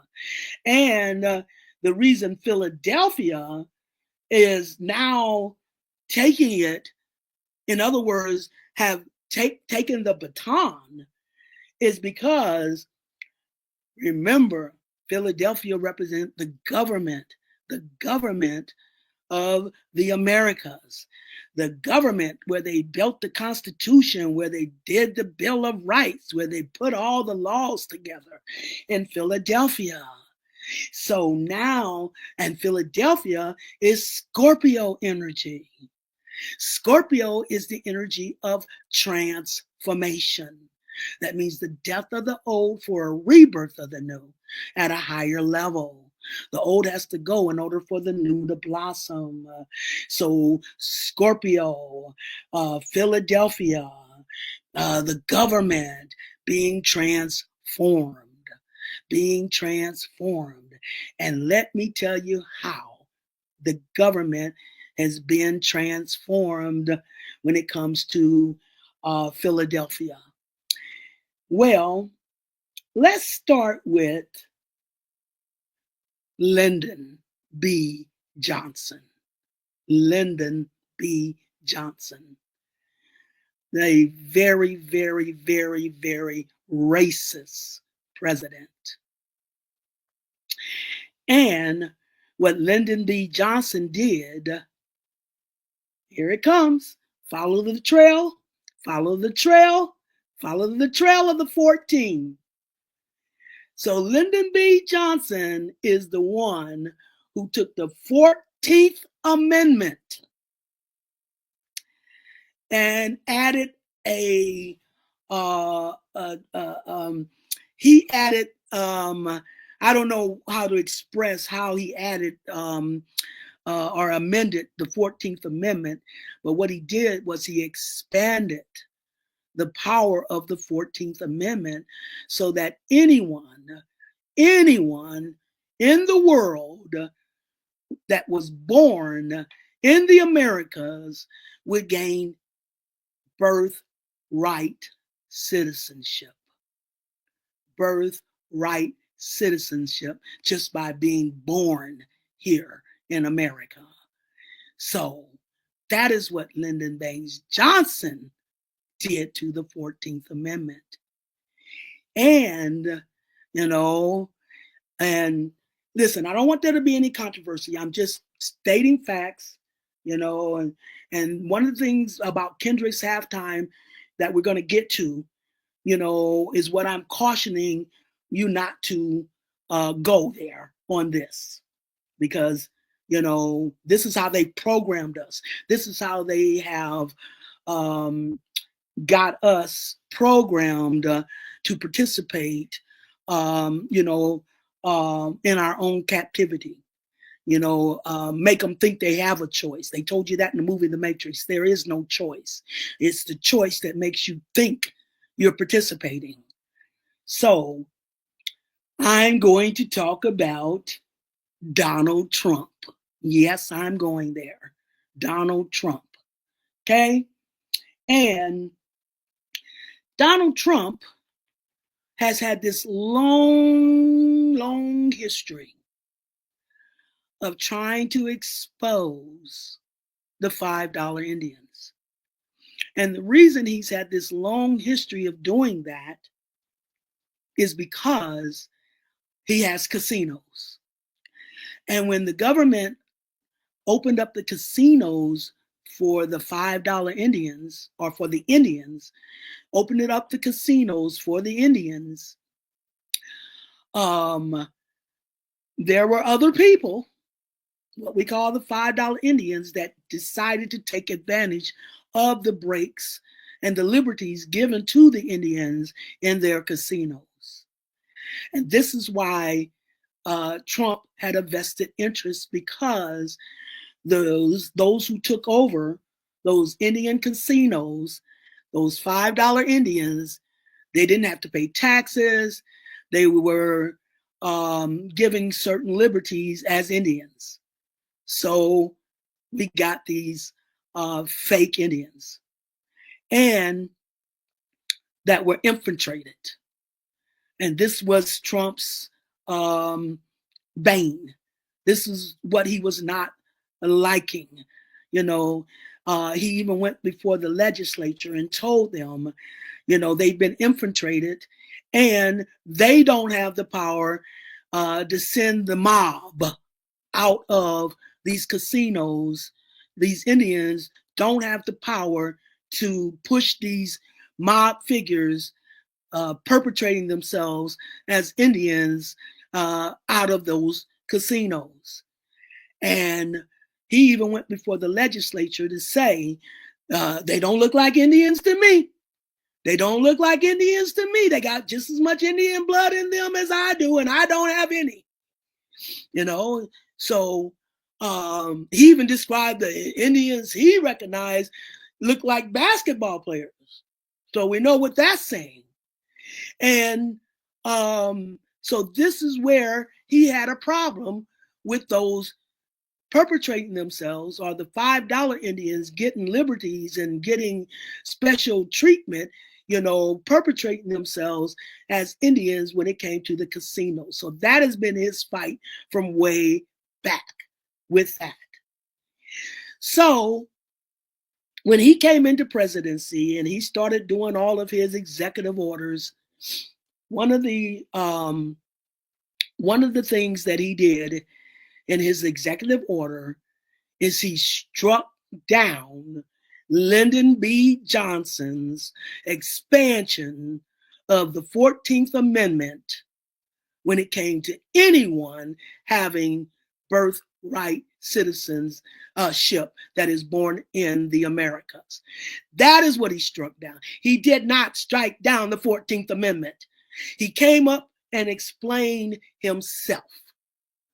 He said, the 14th Amendment was written only for Black people. 14th Amendment was written only for the freed children of the slaves to overturn the Dred Scott law. Now, he came up here and said this himself. That is what he overturned.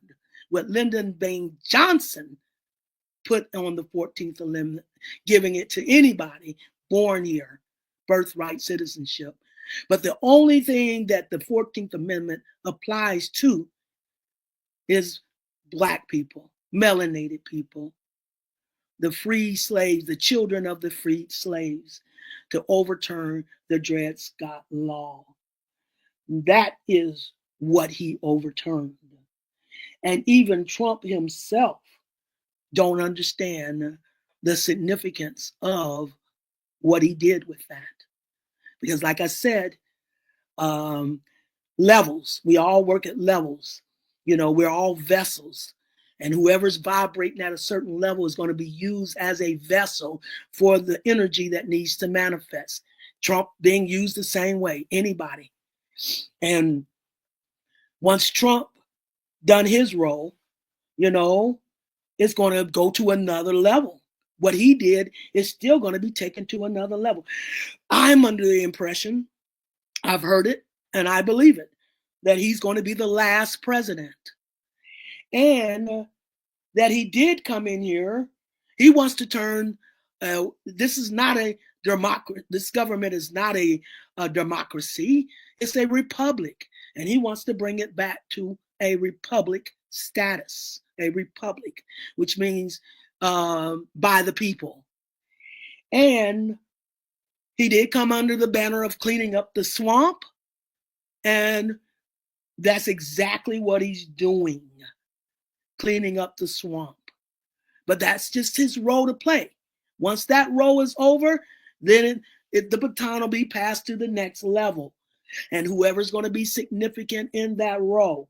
We got to stop looking at people on a personal level. They're being used as vessels for a spiritual purpose. And once that spiritual purpose has been fulfilled in that vessel, then it moves to a new vessel, to a higher vessel. So it's not about following anybody or being on anybody's bandwagon or being against anybody. Everybody's being used as a vessel for a spiritual purpose. You see, we can't lose in this scenario. You know, it's not personal. It's not who he is personal. It's not about anyone and who they are personal. It's about what they represent as a vessel for spiritual energy. You know, like Kendrick, the K dot, always connecting the dots from one level to the next level, a multitude of levels. So that is what he was used for. And once his level has been extended, or not extended, has been completed, that 14th Amendment, what he did, giving birthright citizenship only to Black people, when that goes to the next level, guess what? What's going to come down with that is that it's a law that anybody other than the Black people are immigrants. They're all immigrants. And one thing that happened when he signed that, the Native Americans, the $5 Indians, started getting visits from ICE telling them that they are in danger of being deported. So what is that telling you? That is separating the indigenous from the fake or $5 Indians, because they were approached by ICE and the possibility of being deported. identifying the fact that they are not, you know, they are not the indigenous birthright Indians. We are. So as that goes to a new level and that expands out, as this government is being transformed, Philly, Scorpio energy, the 14th Amendment, follow the 14 pieces of a SAR. So the 14th Amendment actually represents the penis of a SAR, the 14th piece, designating us as the only true birthright indigenous people. Everyone else can be classified as an immigrant. So,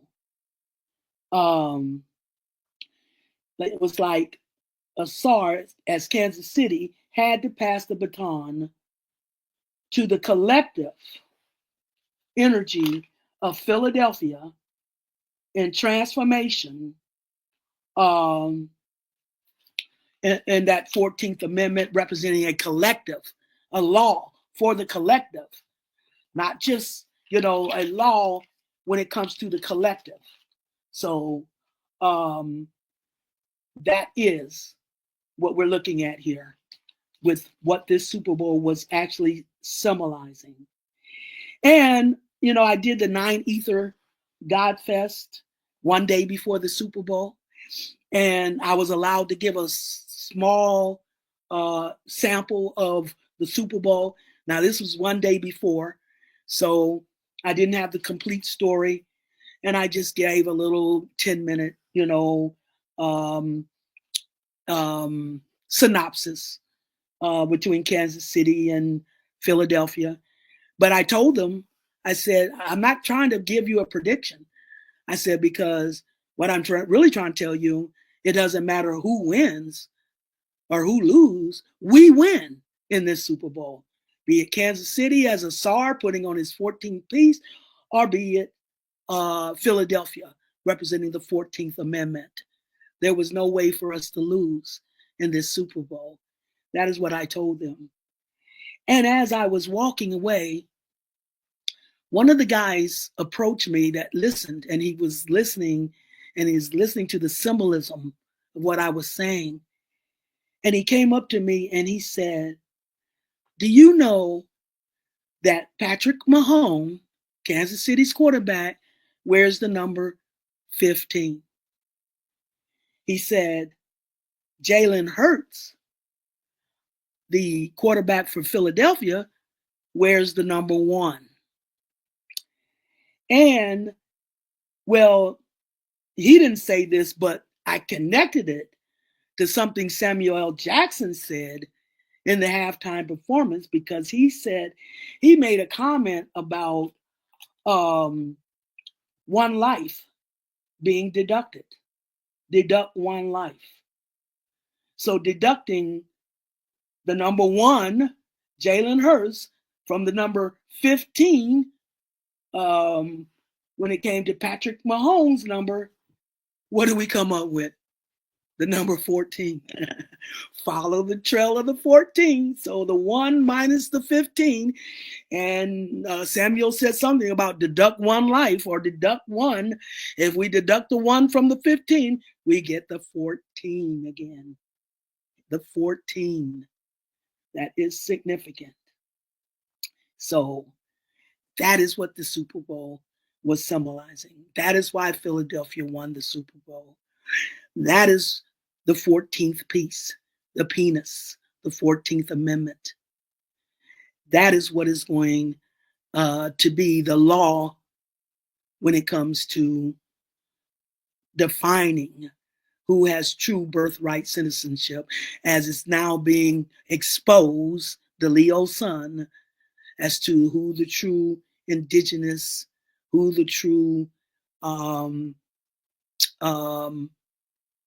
royal people are.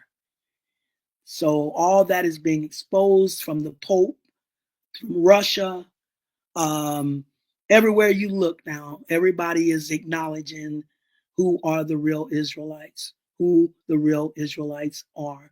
That's being exposed because of that Aquarius and Leo, the evolution of this creative rulers exposing what's been hidden, now being exposed in this evolution, in the Aquarian age, in its balance with Leo, the creative rulers.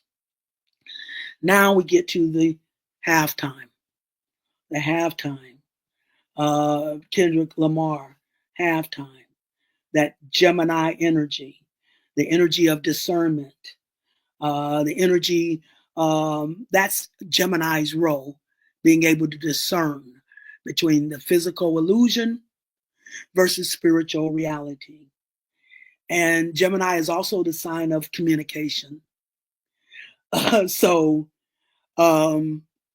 if Drake or any rapper, unless they're another Gemini, think they're going to out rap a Gemini, Kendrick Lamar, yeah, that's a tall order. So we're dealing with the sign of communication. And Mercury is the planetary ruler of Gemini.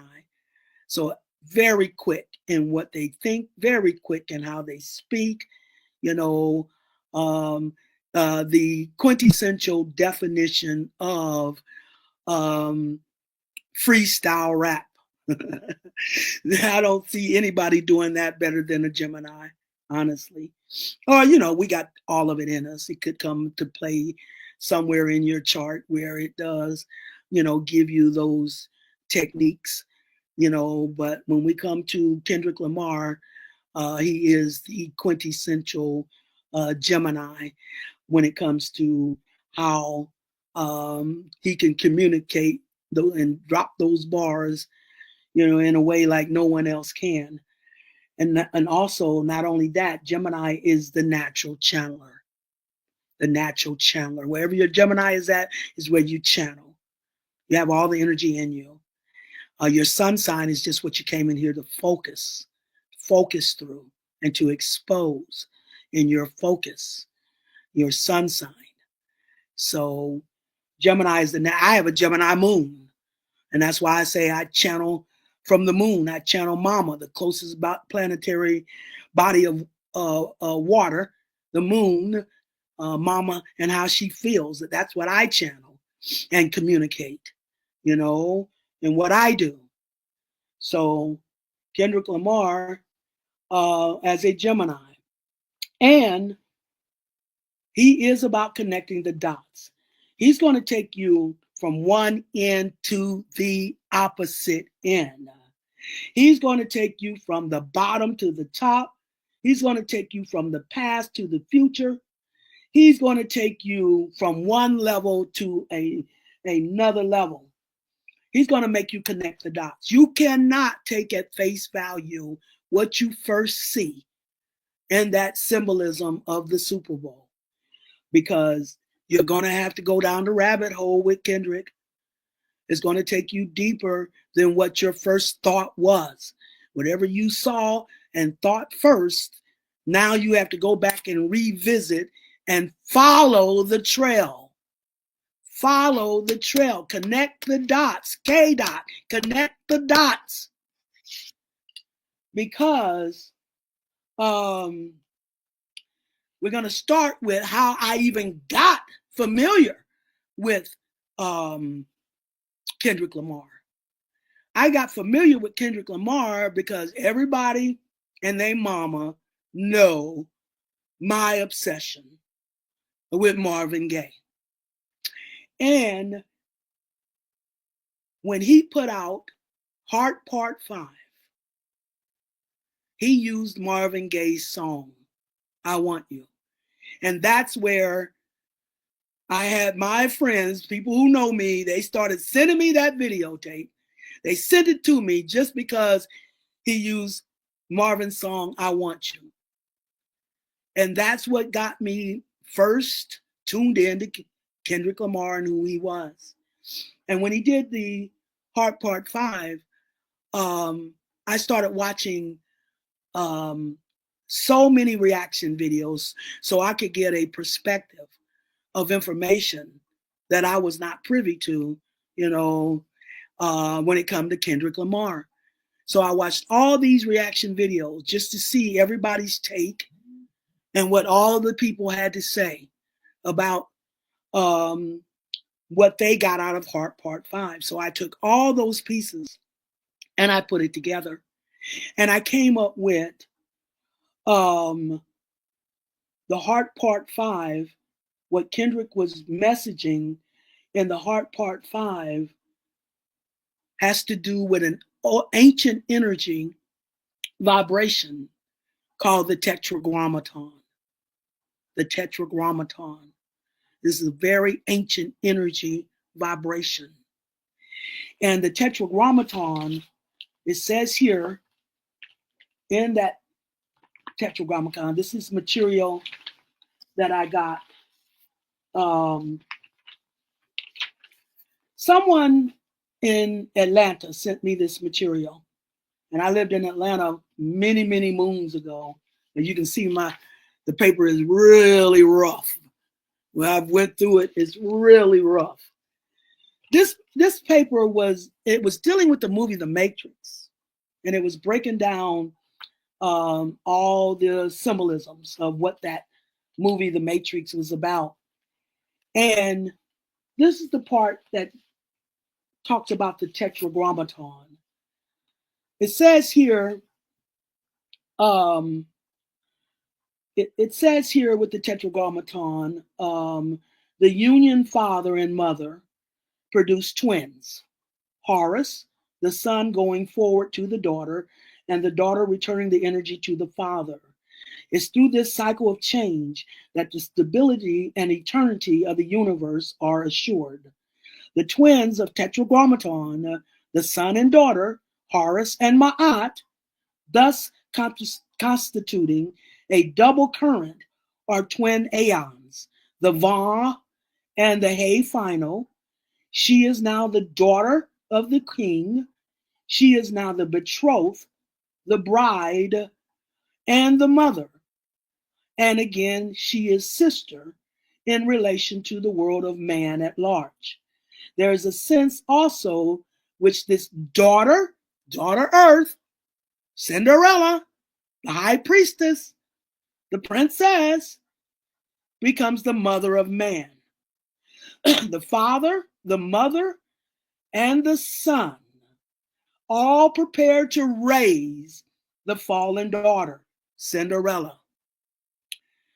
Yod the father and Va the son once more symbolically unite with the final He, the daughter, raising the fallen daughter, the animal soul or matter, to the throne of the mother, where the earthly component, the He final, the daughter, is redeemed by her marriage with the son, and is thereby set up on the throne of the mother. And I did this long time ago. I did this little graft here on that Tetragrammaton, on that energy. And it says here, I wrote it down, it says, the father unites or forgives the mother. The father represents the law. To pardon and cease to feel resentment. Remember, the father abandoned the value of the daughter in the wounding. And the brother, remember, Mars in Pisces, Fantasyland, escapism, no longer defending the sister. Now, going after other women and drugs, alcohol, going into Fantasyland. So the father of the law forgives the mother, which means to pardon and to cease to feel resentment. The mother then resurrects the son. The mother is unconditional love, to bring back from death to uplift, or to energize. And then the son redeems the value of the daughter, to empower, to win back what was rejected, to repair, to restore the value, to release from debt or bondage. And then the daughter absolves the father. The daughter is character, to set free from guilt, to grant absolution, to bring back into balance and into peace. And it's how we form that figure 8. I don't know. It's at the bottom of this page. You'll see the figure 8 here, and it says here, the cycle is complete. Regeneration. As you see, the father, the vertical line here, the father at the top brings the energy to the mama. The mama takes it to the son gives it to the daughter, and the daughter back to the father. That's how we get the figure 8. And it's going to be a dual balance of that figure 8. That's how we get the figure 8, that infinite process of transformation, regeneration, for evolution of a new spiritual rulership. This is an infinite process. And anytime we get into the Aquarian age, we've balanced on enough levels to evolve to a new level in this regeneration and transformation. That's Scorpio energy. Scorpio is transformation, and the planetary ruler of Scorpio is Pluto, the planet of regeneration. So that's why the regeneration and the transformation of the laws of the government of the America, the Scorpio, the Philadelphia energy, regenerating and transforming a new rulership out of this abuse of power to a humanitarian empowerment, the energy of Aquarius, evolution, the humanitarian, the energy of I know, I am a creative ruler, Leo energy. So regeneration, transformation of a new government, Scorpio, Philadelphia. That is why Kansas City had to pass the baton for the government to validate the true indigenous birthright citizens of this land. So that is what we are looking at when it comes to how this tetragrammaton comes into play. And that is what I define Kendrick Lamar's Heart Part 5 as to what it was demonstrating, the tetragrammaton, because it was in the Heart Part 5, he was talking about how he had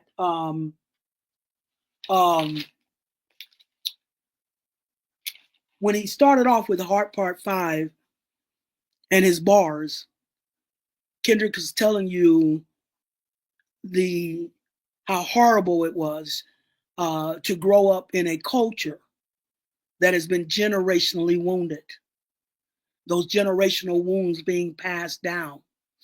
How we've come used to and deadened as a culture in our generational wounding. That's what he started off talking about. And he started off saying, I am, period, all of us. So what he's doing is he's taking you from the individual to the collective, the personal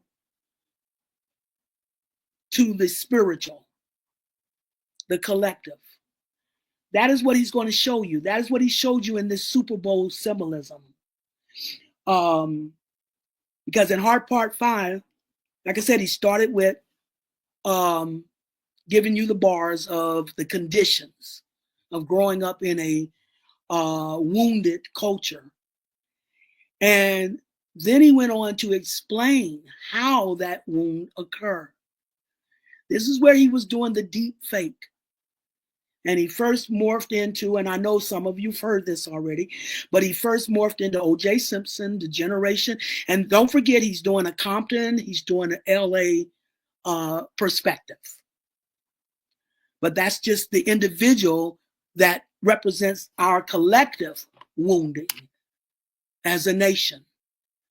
So he's just given the focal, the sun, he's just focusing on LA, as the individual aspect of what we've gone through as a collective. That's why he said, I am, period, all of us.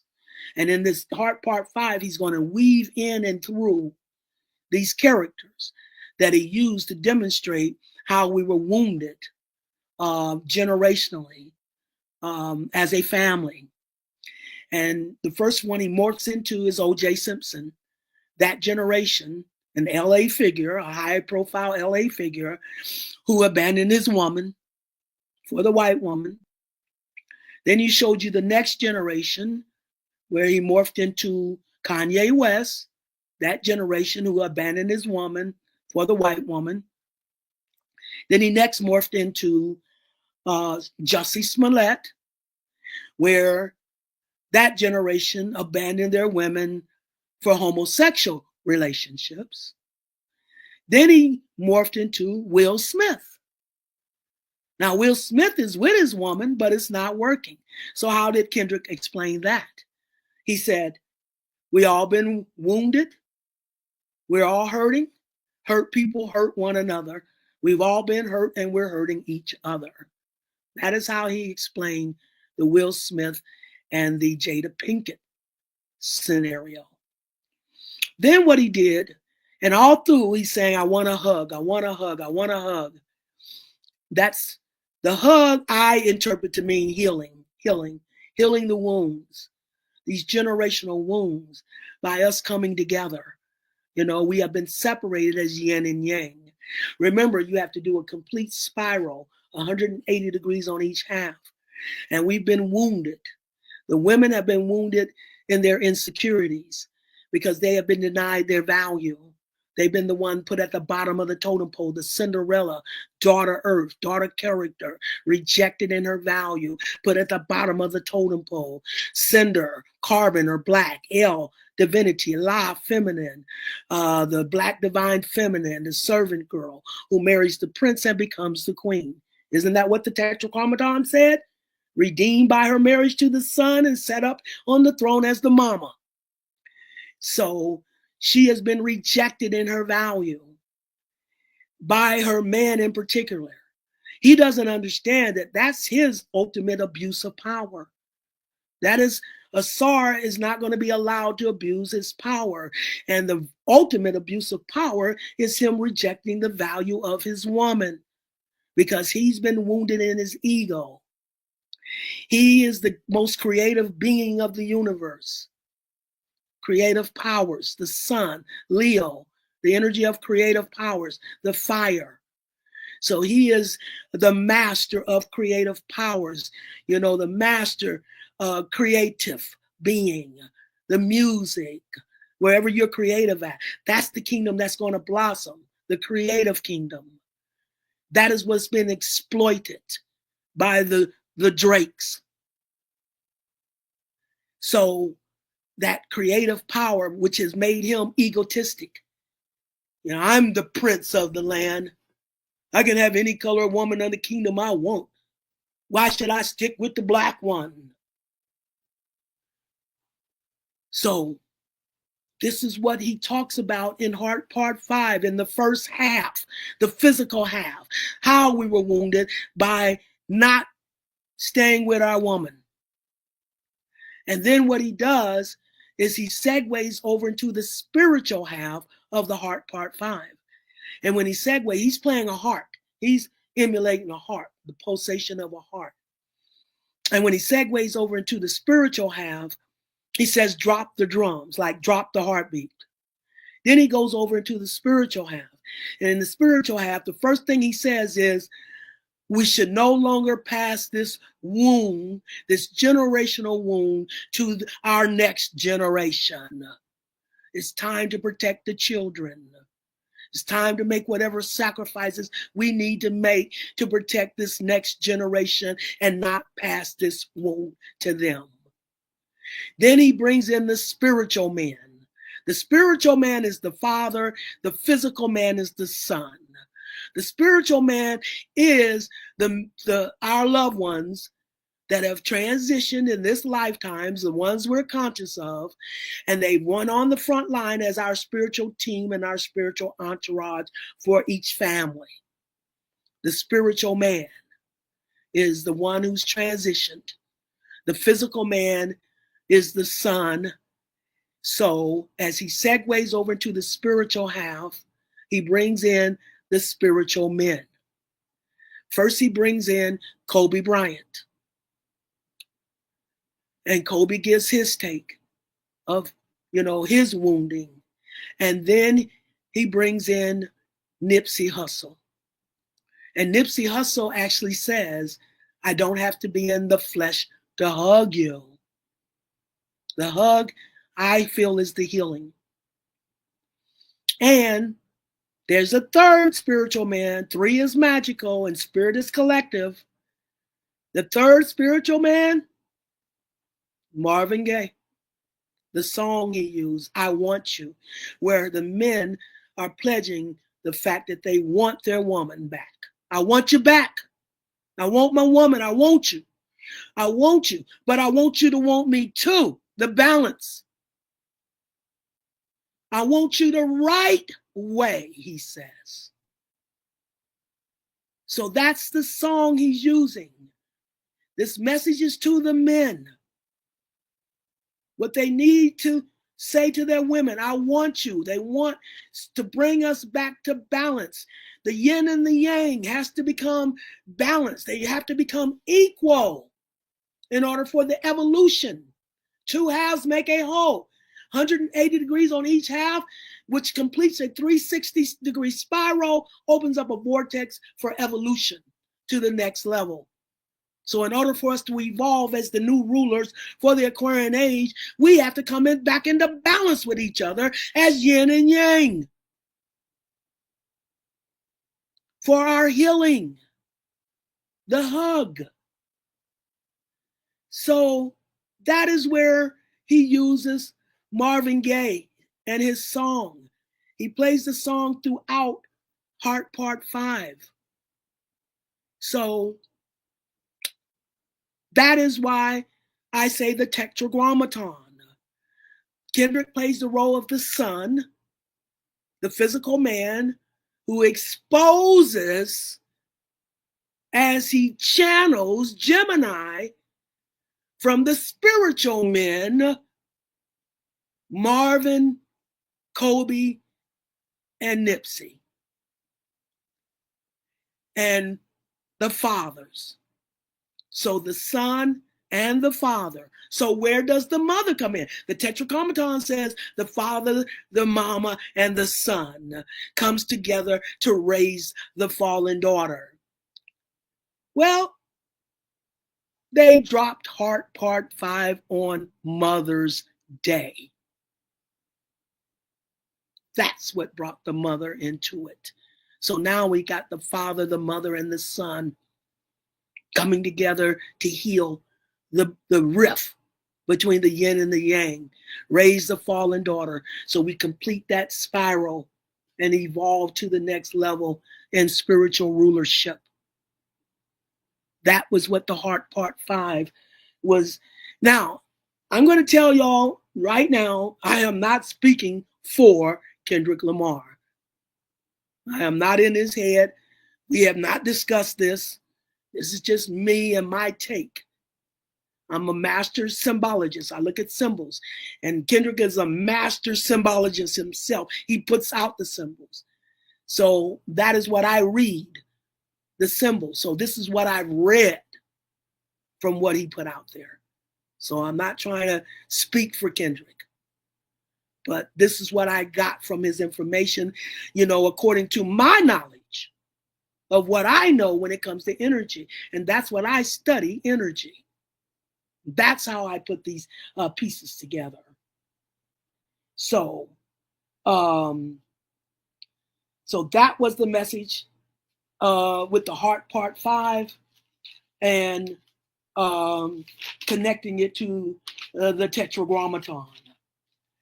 And so that I Want You song. And also when I did the video, and I did do a video on this, and I also mentioned when I mentioned Marvin's song I Want You, as to how he's talking about wooing back the woman, I also told him to go look at another video by Marvin in the 60s called Chained, at the Playboy Mansion After Dark, where he sent out the energy to redeem the value of the daughter, the Cinderella, the Capricorn energy, the high priestess, the rejected stone, who becomes the cornerstone.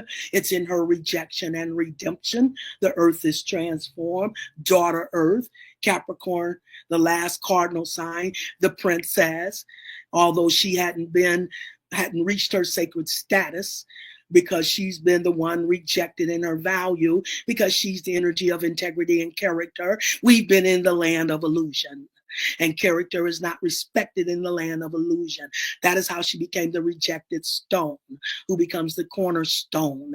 It's in her rejection and redemption. The earth is transformed. Remember, she played the role of Chiron in the Star of David, Capricorn, the daughter. Okay, daughter Earth, the earth energy, the last earth sign, the last cardinal sign, the princess, the Cinderella, the fallen daughter, from the bottom to the top. That is what Cinderella means, the servant girl who marries the prince and becomes the queen. From the bottom to the top. That's what the Tetragrammaton said. Redeemed in her marriage to the sun. That's the planetary level. And her father, Saturn, is the one who, why she was, chastised quicker than the other signs. She's the mountain goat, but she had to climb up the mountain surefoot and steady, while other signs ran up that mountain. But by the time she reached the top, they were falling down. She built a proper foundation to stay up there for good. The high priestess, the princess. She sits at the 12 o'clock position on the astrological cycle, at the peak, the high priestess. But she had been put at the bottom of the totem pole in her value in the physical illusion, because she is the energy of integrity and character is not respected in the land of illusion. And we just hopped that fence at this last winter solstice from the land of illusion to a spiritual energy rotation. That means she's now been crowned as the princess. That is what's completed us as a royal family. And that's what takes us to a star system level. And now she can go into marriage with Anubis of the Sirius star system, our ancient energy. So we're now balancing star systems from the new age to our ancient energy at a star system level. This is how this energy will reverberate throughout the cosmos. So this Super Bowl started with a game board. And the first thing Samuel L. Jackson said was, as Uncle Sam, the great American game. The great American game. Kendrick goes from a personal perspective with this game between him and Drake to the same game plan collectively with the American government. So what he does personally with Drake is that same line of energy that you take up to the game, the great American game. The reason he wore the small case A, we all know that was for A minor. And the fall of Drake, A minor. Well, you know that small case A can also stand for America, the fall of America, for the same reason. Let me read you this.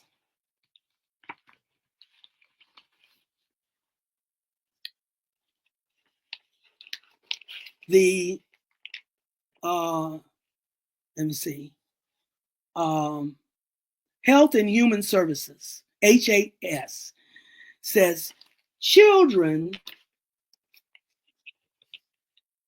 are sexual beings. Psychologists push to decriminalize pedophilia. In a push that seeks to sexualize young children while condoning homosexual experimentation among teens, the U.S. Department of Health and Human Services is offering up pearls of wisdom to parents on the sexuality of children. But if that were not disturbing enough, this comes at a time when a group of psychologists are allegedly pushing for decriminalizing of pedophilia. The site also includes information on sexual experimentation, including homosexuality. Under the section, when do children start becoming curious about sex? Children are human beings and therefore sexual beings. It's hard for parents to acknowledge this, just as it's hard for kids to think of their parents as sexually active. But even infants have curiosity about their own bodies, which is healthy and normal. Thinking sexually about both the same sex and the opposite sex is quite common as teens sort through their emerging sexual feelings. The page says, this type of imagining about people of the same sex or opposite sex doesn't necessarily mean that a person fits a particular type of sexual orientation. Some teens may also experiment with sexual experiences, including those with members of the same sex, during the years they are exploring their own sexuality. These experiences by themselves do not necessarily mean that a teen is gay or straight. While much of the information provided does raise questions about HHS motivation, Peter Sprigg, a senior fellow for policy studies at the Conservative Family Research Council, believes the federal government has no place weighing in on the sexuality of infants and young children. The idea that children are human beings and therefore sexual beings is one of the most destructive myths of the sexual revolution, Sprigg told CNSNnews.com. To a large extent, this myth may be traced to the research conducted by Alfred Kinsey, including the infamous Children of Table 34 experiments, which involved the deliberate sexual abuse of children as young as 6 months old under experimental conditions. The fact that young children are aware that their bodies include genitalia hardly makes them a sexual being, and it is improper and potentially dangerous to treat them as such before puberty, he said.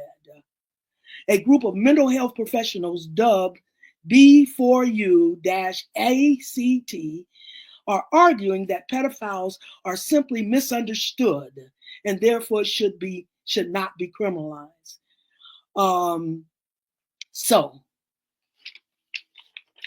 U.S. government, the fall of America, the A minor, the biggest industry, a bigger industry than the drug trade. That's why certain people wanted open borders. That was a good source for that. Good source for those children. You see the double? You see the double? That's what he's doing. He's using his personal game to represent America's game and the fall of America, just like the fall of Drake. And it's the same reasoning, because this is a spiritual warfare, and spirit deals with righteousness. So for the government to come out, in that vein. So, says here, so the great American game now transforming Philly, Scorpio, transforming a new government. Transforming a new government out of an abuse of power to a humanitarian empowerment. My spirit told me the only sin there is in the spiritual reality is the abuse of power. And the more innocent the victim, the more egregious the sin. Abuse of power. The revolution is about to be televised. And that's exactly what that energy was releasing in that halftime performance, because this vibration went all over the world. Everybody in the world. That was a ritual, you guys. And it energized a transformation of a new America out of the abuse of power to a humanitarian empowerment. And when he did the red, white, and blue, the American flag, he showed a divided nation, divided as to the divide with him and Drake on a personal level and a collective level. The A minor, the downfall of Drake and the downfall of America for the same reason. And now it's time to redeem character. The Capricorn, the Cinderella, the daughter Earth, the daughter character. That's what the Heart Part 5 was alluding to. And how did Kendrick demonstrate that? Well, the first one he brought in was Caesar. And I hope I'm pronouncing her name right. Caesar. And now this is where it blew my mind at. When Caesar come into the table. Caesar used to be an old girlfriend of Drake's that he abused. And now Kendrick is giving her her redemption in the Super Bowl, redeeming her value. And they start off with the song with the words, "If This World Were Mine." Now, this is where Kendrick really, really, really goes deep. And most of you did not catch it. I caught it. And y'all know why I caught it. But I'm going to tell you why most people didn't catch it. The song, "If This World Were Mine." Everybody saw Luther and Cheryl Lynn. They did that song in 1982.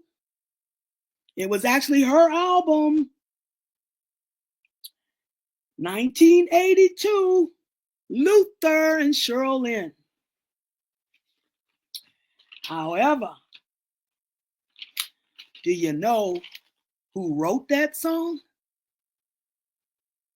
And do you know who performed it first? Who performed that song in 1967? Let's add up 1967. What does that add up to? Does it add up to 14?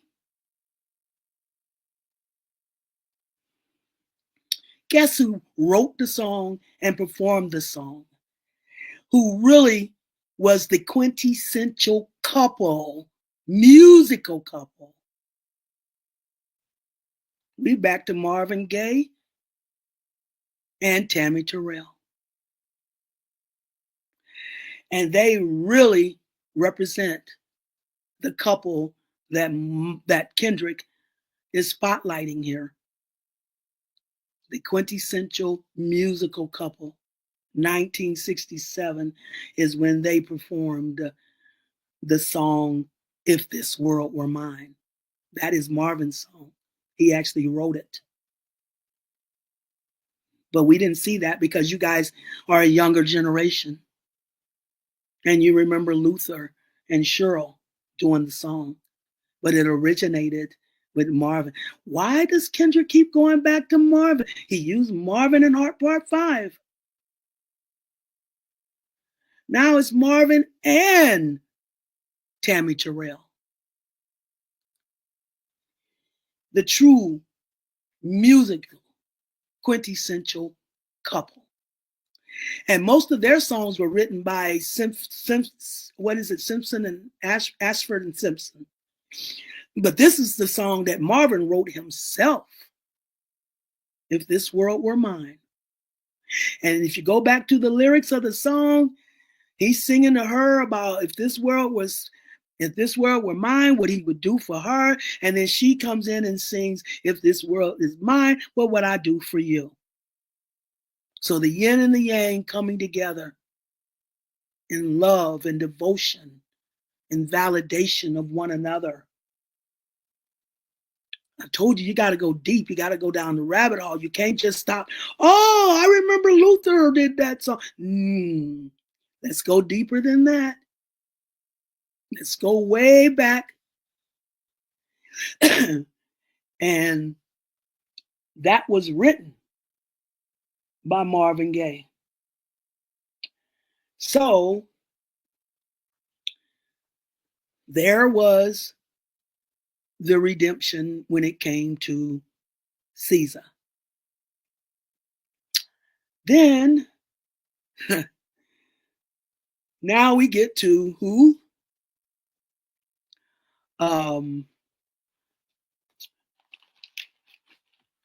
Serena Williams.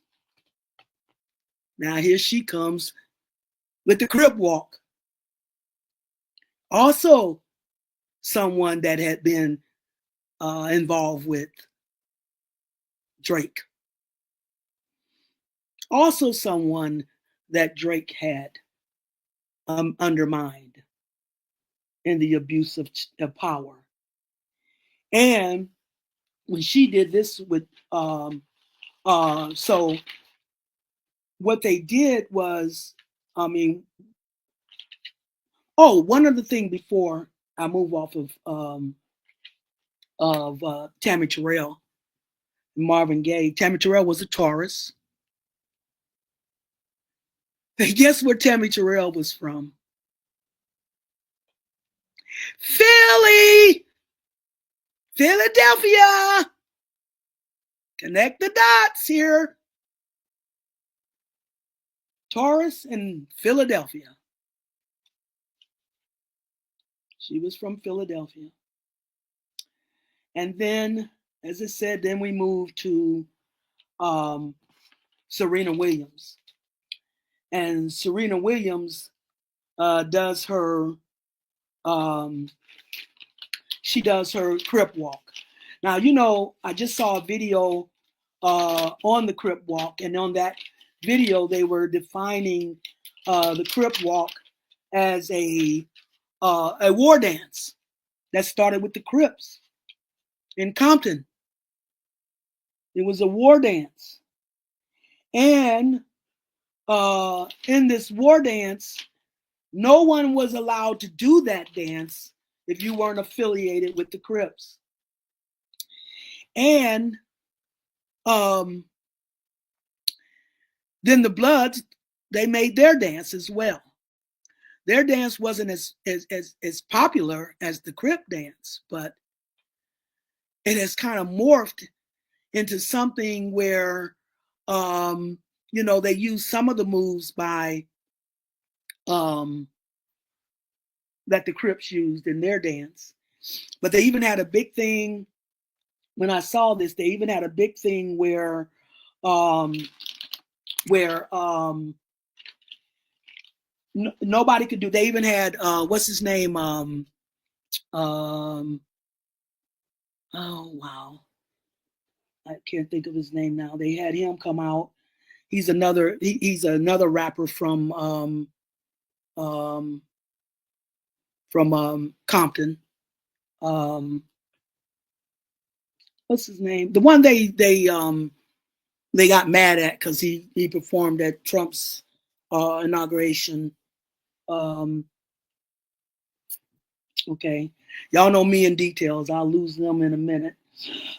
But anyway, he came out and told people you're not supposed to do that dance unless you're associated with the Crips. But he's backed off of that as well, and because it's become a national phenomenon. And right now, it's become a global phenomenon. After the Super Bowl, it's a global phenomenon. But that's what Serena Williams did. She did the Crip dance. She had done it before once at the Olympics, and she got beat down because of it. So he let her come back. So that's another redemption, redeeming Serena Williams, and the fact that they came down on her for doing that Crip dance at this Olympic ceremony, and then again a war dance when it came to her giving the finger to Drake, someone who had undermined her value. And there was a third one. Now, this third one that's being redeemed wasn't part of the Super Bowl ceremony, but there was when Drake came out and he did one of his, in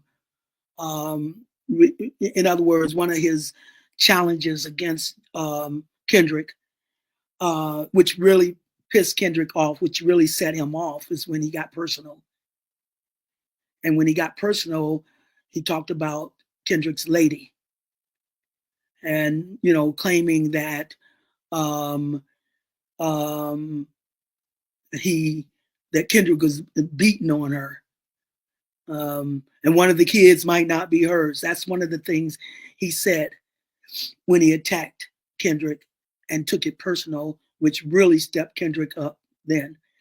And they put out a video as a response, and in that video, you have his lady and him and the children in their living room, and and she's doing. It looks like she's doing a combination of the Crip dance and the blood dance. She looked like she did a combination of the blood and the Crip dance in this video. And she also was wearing a t-shirt, a wife beater t-shirt, because of what Drake had said about her being beaten by Kendrick. So this is how she was in your face, how she was doing that death dance or that war dance, um, combining. It looked like a combination to me, the blood and the Crip dance in her war dance against what Drake had said about her, and that's why she wore the wife beater shirt, um, and then her dance. That was a third redemption. So redeeming the value of his woman. He did it with Caesar. He did it with Serena Williams, and he also did it in that video with his lady, Whitney. So redeeming the value of the woman, redeeming the value of daughter character, indication of redemption. And that is the energy that has actually been put out there with Kendrick. And that is the energy that is reverberating now throughout globally. And I just saw a video the other day on YouTube where now it's like this energy is being released, and you're going to see precept upon precept how it's taking hold. And I just saw a video the other day where Africa is no longer, they got a new law, and they're no longer allowing their women that participate in their beauty contests to wear wigs or to wear hair extensions. The only way they can now participate, they have to use their natural hair. That is one of the reasons the women became insecure in their value, because our men were seduced away by those sirens. You see, the OJs, the Kanyes, they were seduced away. Even if you look back to all these men back there generationally, that is what devastated our community, is they got seduced away from their woman by the siren. And so now that's what made the women insecure in their wounding, in their value, being put at the bottom of the totem pole. The men acted like they wanted straight, long, blonde hair, and they wanted, the light skin, and they wanted all of this. And that's where the melanated women became insecure. Like they had to compete. They had to put on the clothes of the woman that was attracting their men away from them. That's where their insecurity came in at. And that's their wounding, being insecure, our wounding, being insecure in our value, being put at the bottom of the totem pole in our value, in this physical illusion that's not real. You see, but now we got a man representing Africa talking about stay in your own beauty, keep your hair natural. If you got short hair, wear it short. If you're bald, shave it, wear it bald, wear it in braids. Do anything with your hair, but don't come here with fake hair. We're tired of this fake reality. Is exactly how this African man expressed it. We're no longer dealing with the fakery. Be authentic. Be in your own authentic beauty as an African woman. So no fake hair. No fake anything. This is part of how that energy is now starting to show itself. You see? So coming full circle back to our men now embracing and appreciating and valuing their woman, redeeming her value so she becomes secure in her own beauty and her own value. That is the last wound that Asar had to prove, that he will not be abusing his power. How he was wounded as the brother, Mars and Pisces. Now he comes back to his woman. Marvin's song, I want you, but I want you to want me too, just as much as I want you. I want you the right way, the balance between those two halves, 180 degrees on each half, redeeming her value, giving her the security in her value. And just like Marvin said, just like Kendrick said, this is bigger than the music.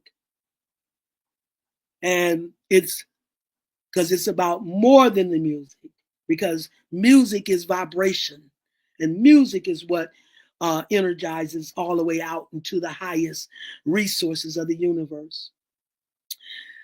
I had a dream. This was what I call a vision dream, because it was very realistic. It's very clear. And in this dream, I was living in Atlanta. And while I was in Atlanta, I was part of this Million Man March. And in the Million Man March, in this dream, we had went to a restaurant with the president of the Million Man March local organizing committee in Atlanta. In this dream, we had went to a restaurant and we got into this booth.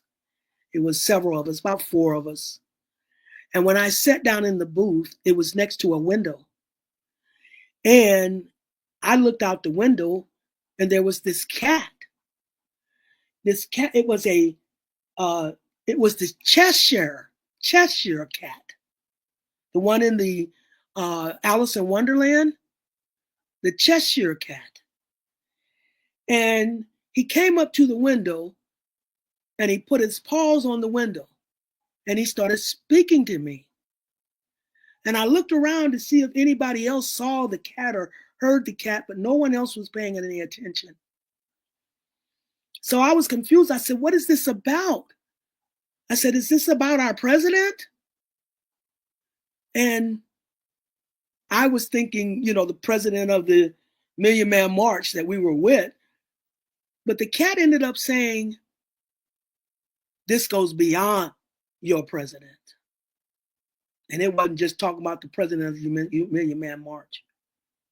It said, this goes beyond your president. This goes beyond this universe. That's what that cat said to me. It's bigger than the president. It's bigger than the song that he wanted to play. It's bigger than anything any of us can contemplate. This is a universal purpose being fulfilled. And we have to be holistic to participate. And that starts with that first balance with your own spirit. Once you make that balance with your own partnership with your spirit, you do the physical half, your spirit does the spiritual half. That brings us to our individual wholeness, our individual Christhood. All the other spirals will open up from there. There's a multitude of levels. The individual level, couple level, family level, community level, local, national, international, global level.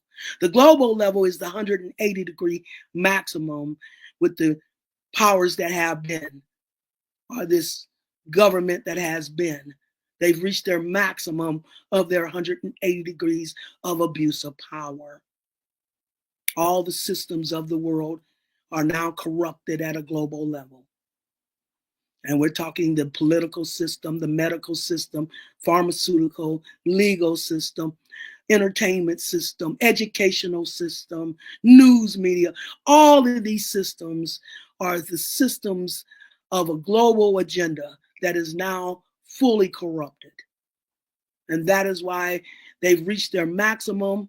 And once you reach your maximum 180 degree, then it's time for the opposite balance. The spiritual half, where we hop that fence at that December 21st, just this past December 21st, we hop that fence to the spiritual half. And you don't blend energy. You have to complete one half before you activate the opposite half in equal measure. So to the same extent that we've struggled and sacrificed is now to the same extent that we're crossing over to the spiritual half to open up a new spiritual righteous rulership, righteous empowerment out of the abuse of power, reconciling our battles. He showed it personally. He did it personally between the Bloods and the Crips because he's showing you the red and the blue and how he's bringing the Blood and the Crip together. Collectively reconciling the battle between the divisions we've adapted in our programming in this illusionary half. I'm a Democrat. I'm a Republican. I'm a Christian. I'm a Muslim. I'm a man. I'm a woman. We're going to debate these details about why we're right and you're wrong, or you're wrong and you're right and we're wrong. the division, divide and conquer. This is not our fight, family. When I lived in Atlanta, I lived there during the Olympic bombing. And in the Olympic bombing, only one Black woman got killed. And I asked Spirit the symbolism of that. And that's exactly what Spirit said. This is not your party.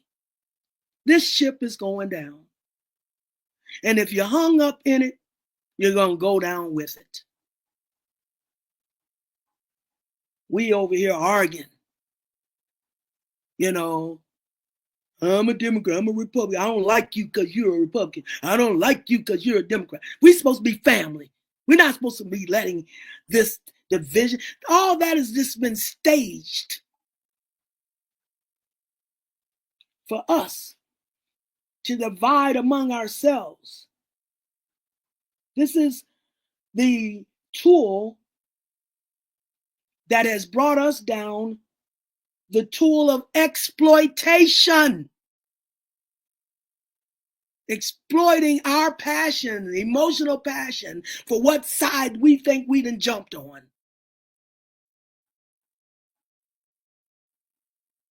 Even in the movie The Matrix, they told you the problem is choice, or you think you have a choice. They give you a choice, and there's no real choice there.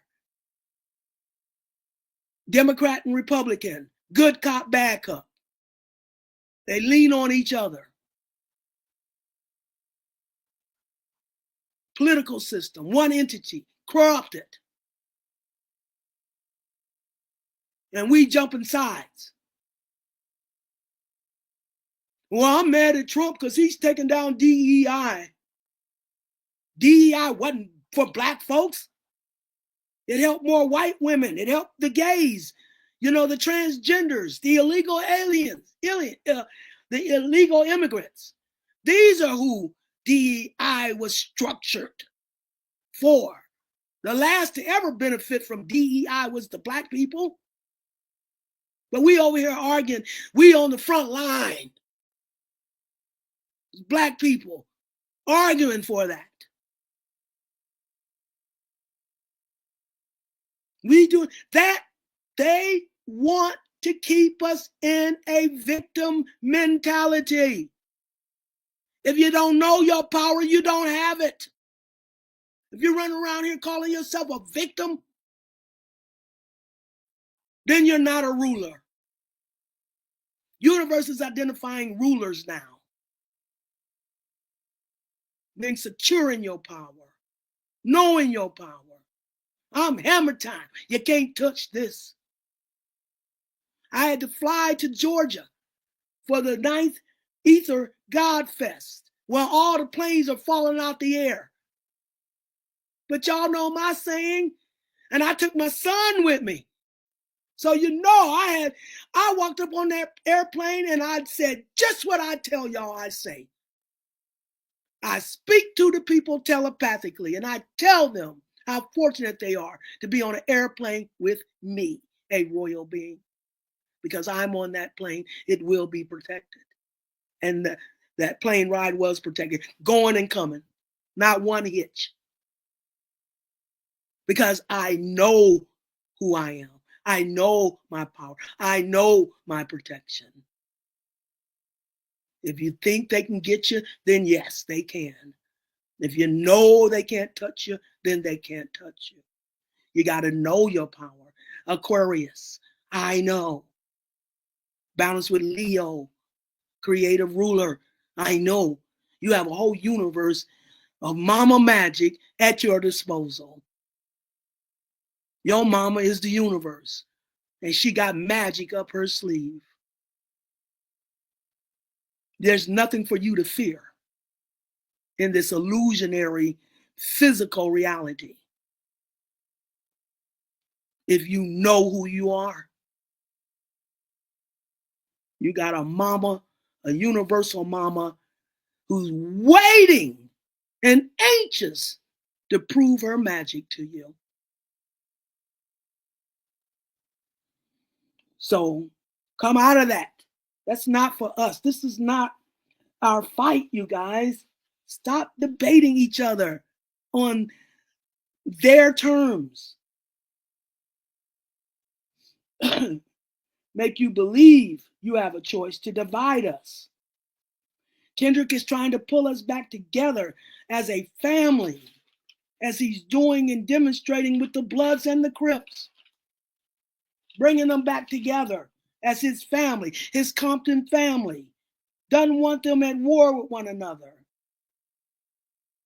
From a personal to a holistic. So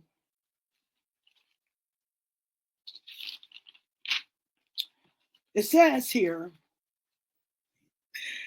as I say here, or Kendrick said,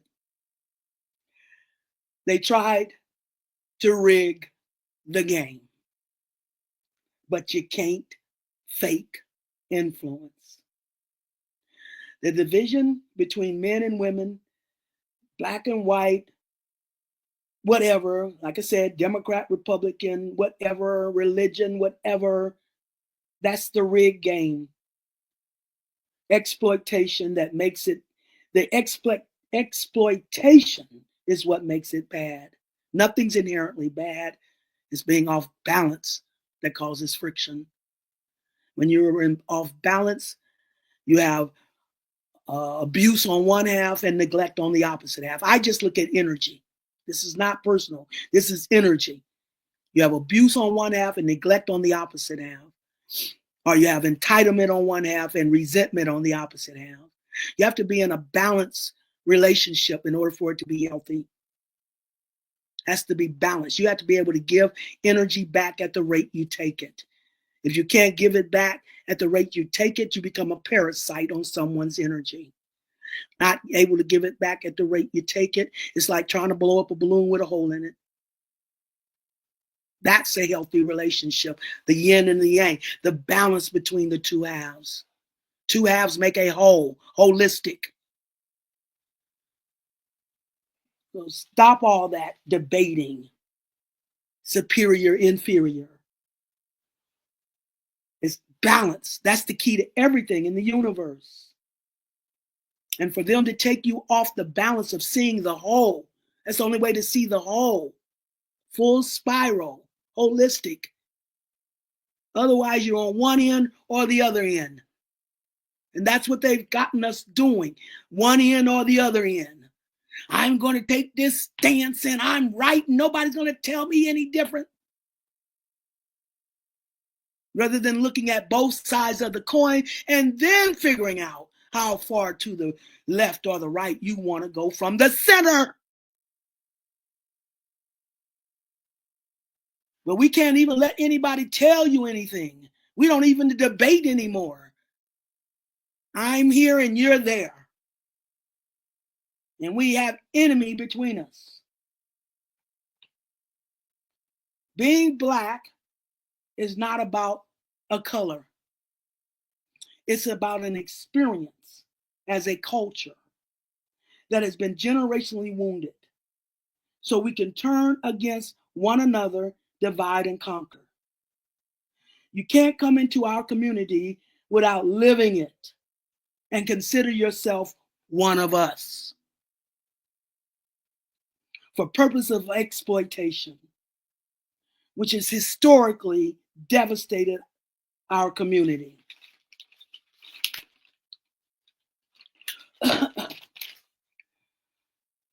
Redeeming Daughter Earth or redeeming character means redeeming integrity and character. Capricorn energy, Cinderella energy. You have all the energy in you. And you've played the Cinderella role wherever you've been rejected, wherever your Capricorn is at, where you've been rejected in your value, in this physical illusion. You have to redeem that value first within yourself. Spirit moves inside out, not outside in. When you're secure in your own value from within, that is how you'll send that vibration out and draw it back from others.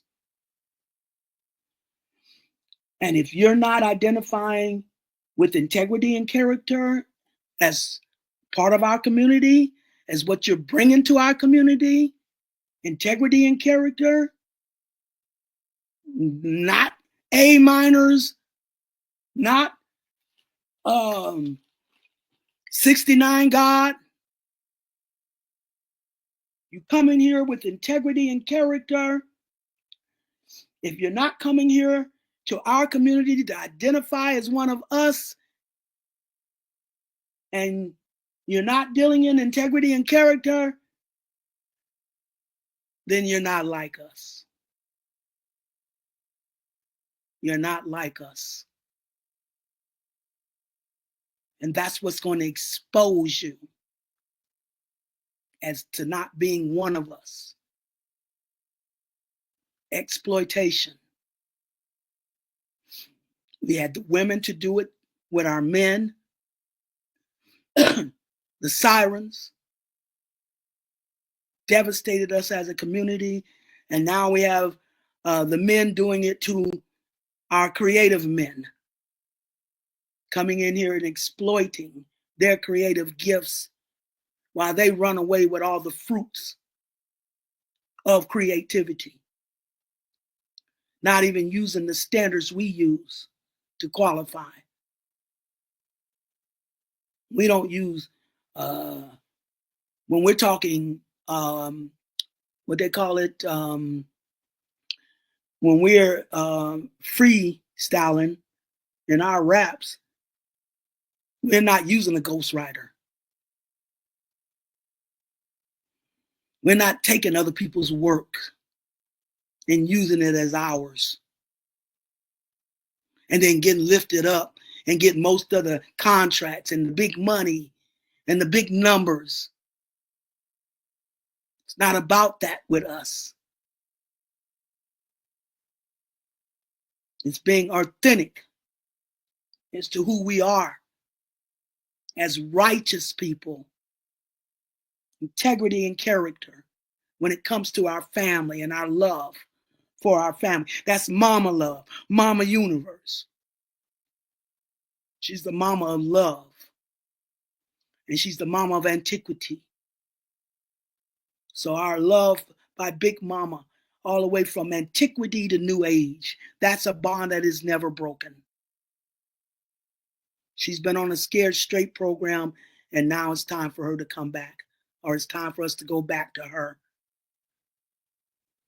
The division between righteousness and wickedness, that's the line being drawn. And you're going to find all kind of people on both sides.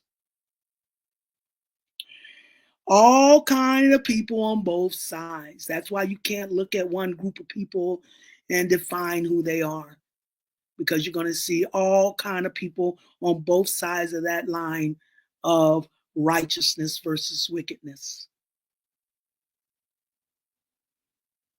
That's what qualifies integrity, character, righteousness for our community, for our family.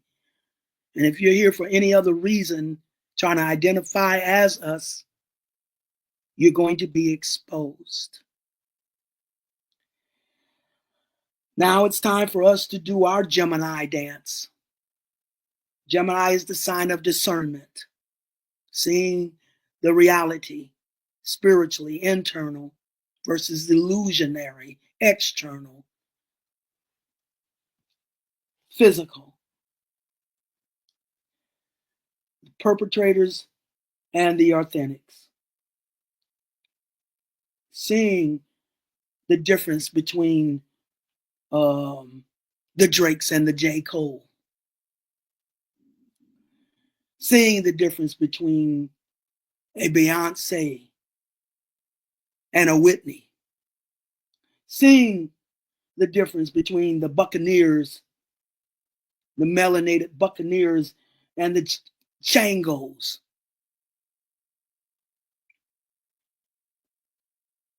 Because we got all kind of people on both sides. All kind of people on both sides. Righteousness versus wickedness. That is the line that is being drawn. And that's who we are. A separation between the perpetrators versus the authentic is what message Kendrick is putting out. Here's one last thing I want to read to you when it comes to what the government is doing. It says a shadow government and control. One of the greatest restrictions to our progress is the repressive control of the world.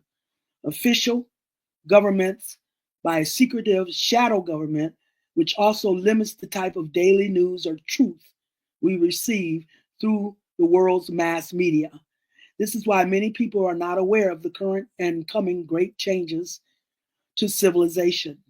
It is the reason we have fear-based news most of the time on television and in the newspaper, keeping people in fear and distress through news, financial matters, wars and violence and mind control, plus filled with harmful foods, drinks, legal and illegal drugs, as well as being subjected to harmful chemtrails, are some of the means to keep our vibration low. This makes ascension so much harder to achieve. So that is the message I got from the Super Bowl. That is the message I got from Kendrick Lamar's halftime program. So that is what I have here to present. And I hope it is meaningful for you all. Okay, your mic. Can't hear you. You hear me now? Yes. I had to mute myself because I was in the background going off. Oh my goodness. Thank you so much for all that knowledge you dropped. For your time, your energy. Someone remarked she's going 3 hours. She didn't even get a drink of water or nothing. Did I go 3? Yeah. 3 Where's hours. my signal? I thought you was gonna give me a signal. I could not cut you off. I told you that. I could not cut you. You were channeling. You were going in. You were doing the rock. I was like, let her go. Let her rock. Oh my goodness. But I hope it was worth the wait. I hope it was, everything that you guys expected it to be. I did ask Spirit and I did ask the ancestors, to help, me bring forth that message, so yeah, I hope so. Thank you so much. I know that everyone listening received something from this. Share this video. There's so much that she dropped in this video, even about the 14th Amendment that has a lot of us divided, as you were saying. But share this information. Share this video.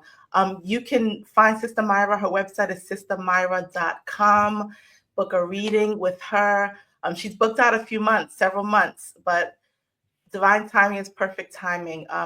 To get to speak with her. And her readings are 3 hours minimum. So definitely want to book some time with her. You can also go to her website, sistermyrah.com, to donate. There's a donation link on this. If this message did something to you, if you got something from her, please donate to her. This is something that she's sharing with the family. She didn't ask anything for this. She said, I have to get this message across to the family. Her Cash App is also here. Myrah Moss 813. So you can use her Cash App or you can go to her website. Sister Myrah, do you have any closing words for us tonight? This is what I want to close with. I used it earlier, but I want to close with it. They tried to rig the game, but you can't fake influence, guys. So watch how you're being influenced. How are you being influenced? Is it integrity and character, or is it abuse of corrupted power? That's the two sides of the fence. So, I love when Kendrick said that, that they tried to rig the game, and that's the fake, that's the fakeness, that's the role playing, that's the, scripts, the scripted. A lot of this stuff is scripted. We're in the illusion, you guys. We've been in the land of illusion. We've just hopped that fence to spiritual reality. So we're going to see a reversal of spiritual energy, now taking us out of this abusive, corruptive power to a righteous and empowerment. So that is exactly what he meant by rigging the game, you know, making us feel we have a choice just to divide us in order to conquer us. You know, we work better together. We work together better as one. Like I said, he demonstrated bringing the Crips, the blood and the Crips together.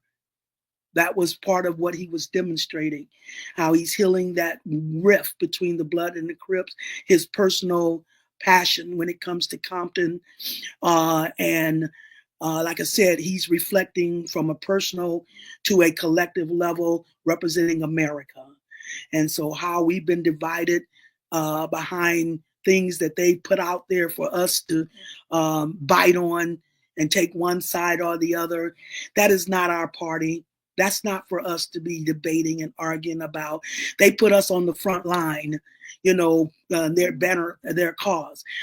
Don't forget, you know, Black Lives Matter didn't represent Black people. That's just a banner they use, you know, uh, to validate their purpose. The same way with the LBTGQ community. That's another banner they use just to get people, you know, to make us think they were representing our cause.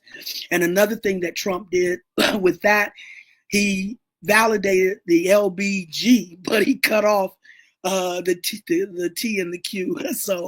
Um, so we're not going against homosexuals, not going against that either. But you know, them using banners that don't really represent our cause just to get people thinking that they're looking out for us as victims, keeping us in a victim mentality when we're supposed to be stepping up as the new rulers. You have to be secure in your value and your worth when it comes to a universal purpose that you're here to serve, and being secure in your value of a universal purpose based in righteousness and character. You know, anything else is just meant to distract you. So that is it. That is it. Thank Love you you, again, love Sister you, love you. Myrah. Yes. Thank you, everyone. Have a wonderful night. See you soon. Peace. Bye bye. Love you, family.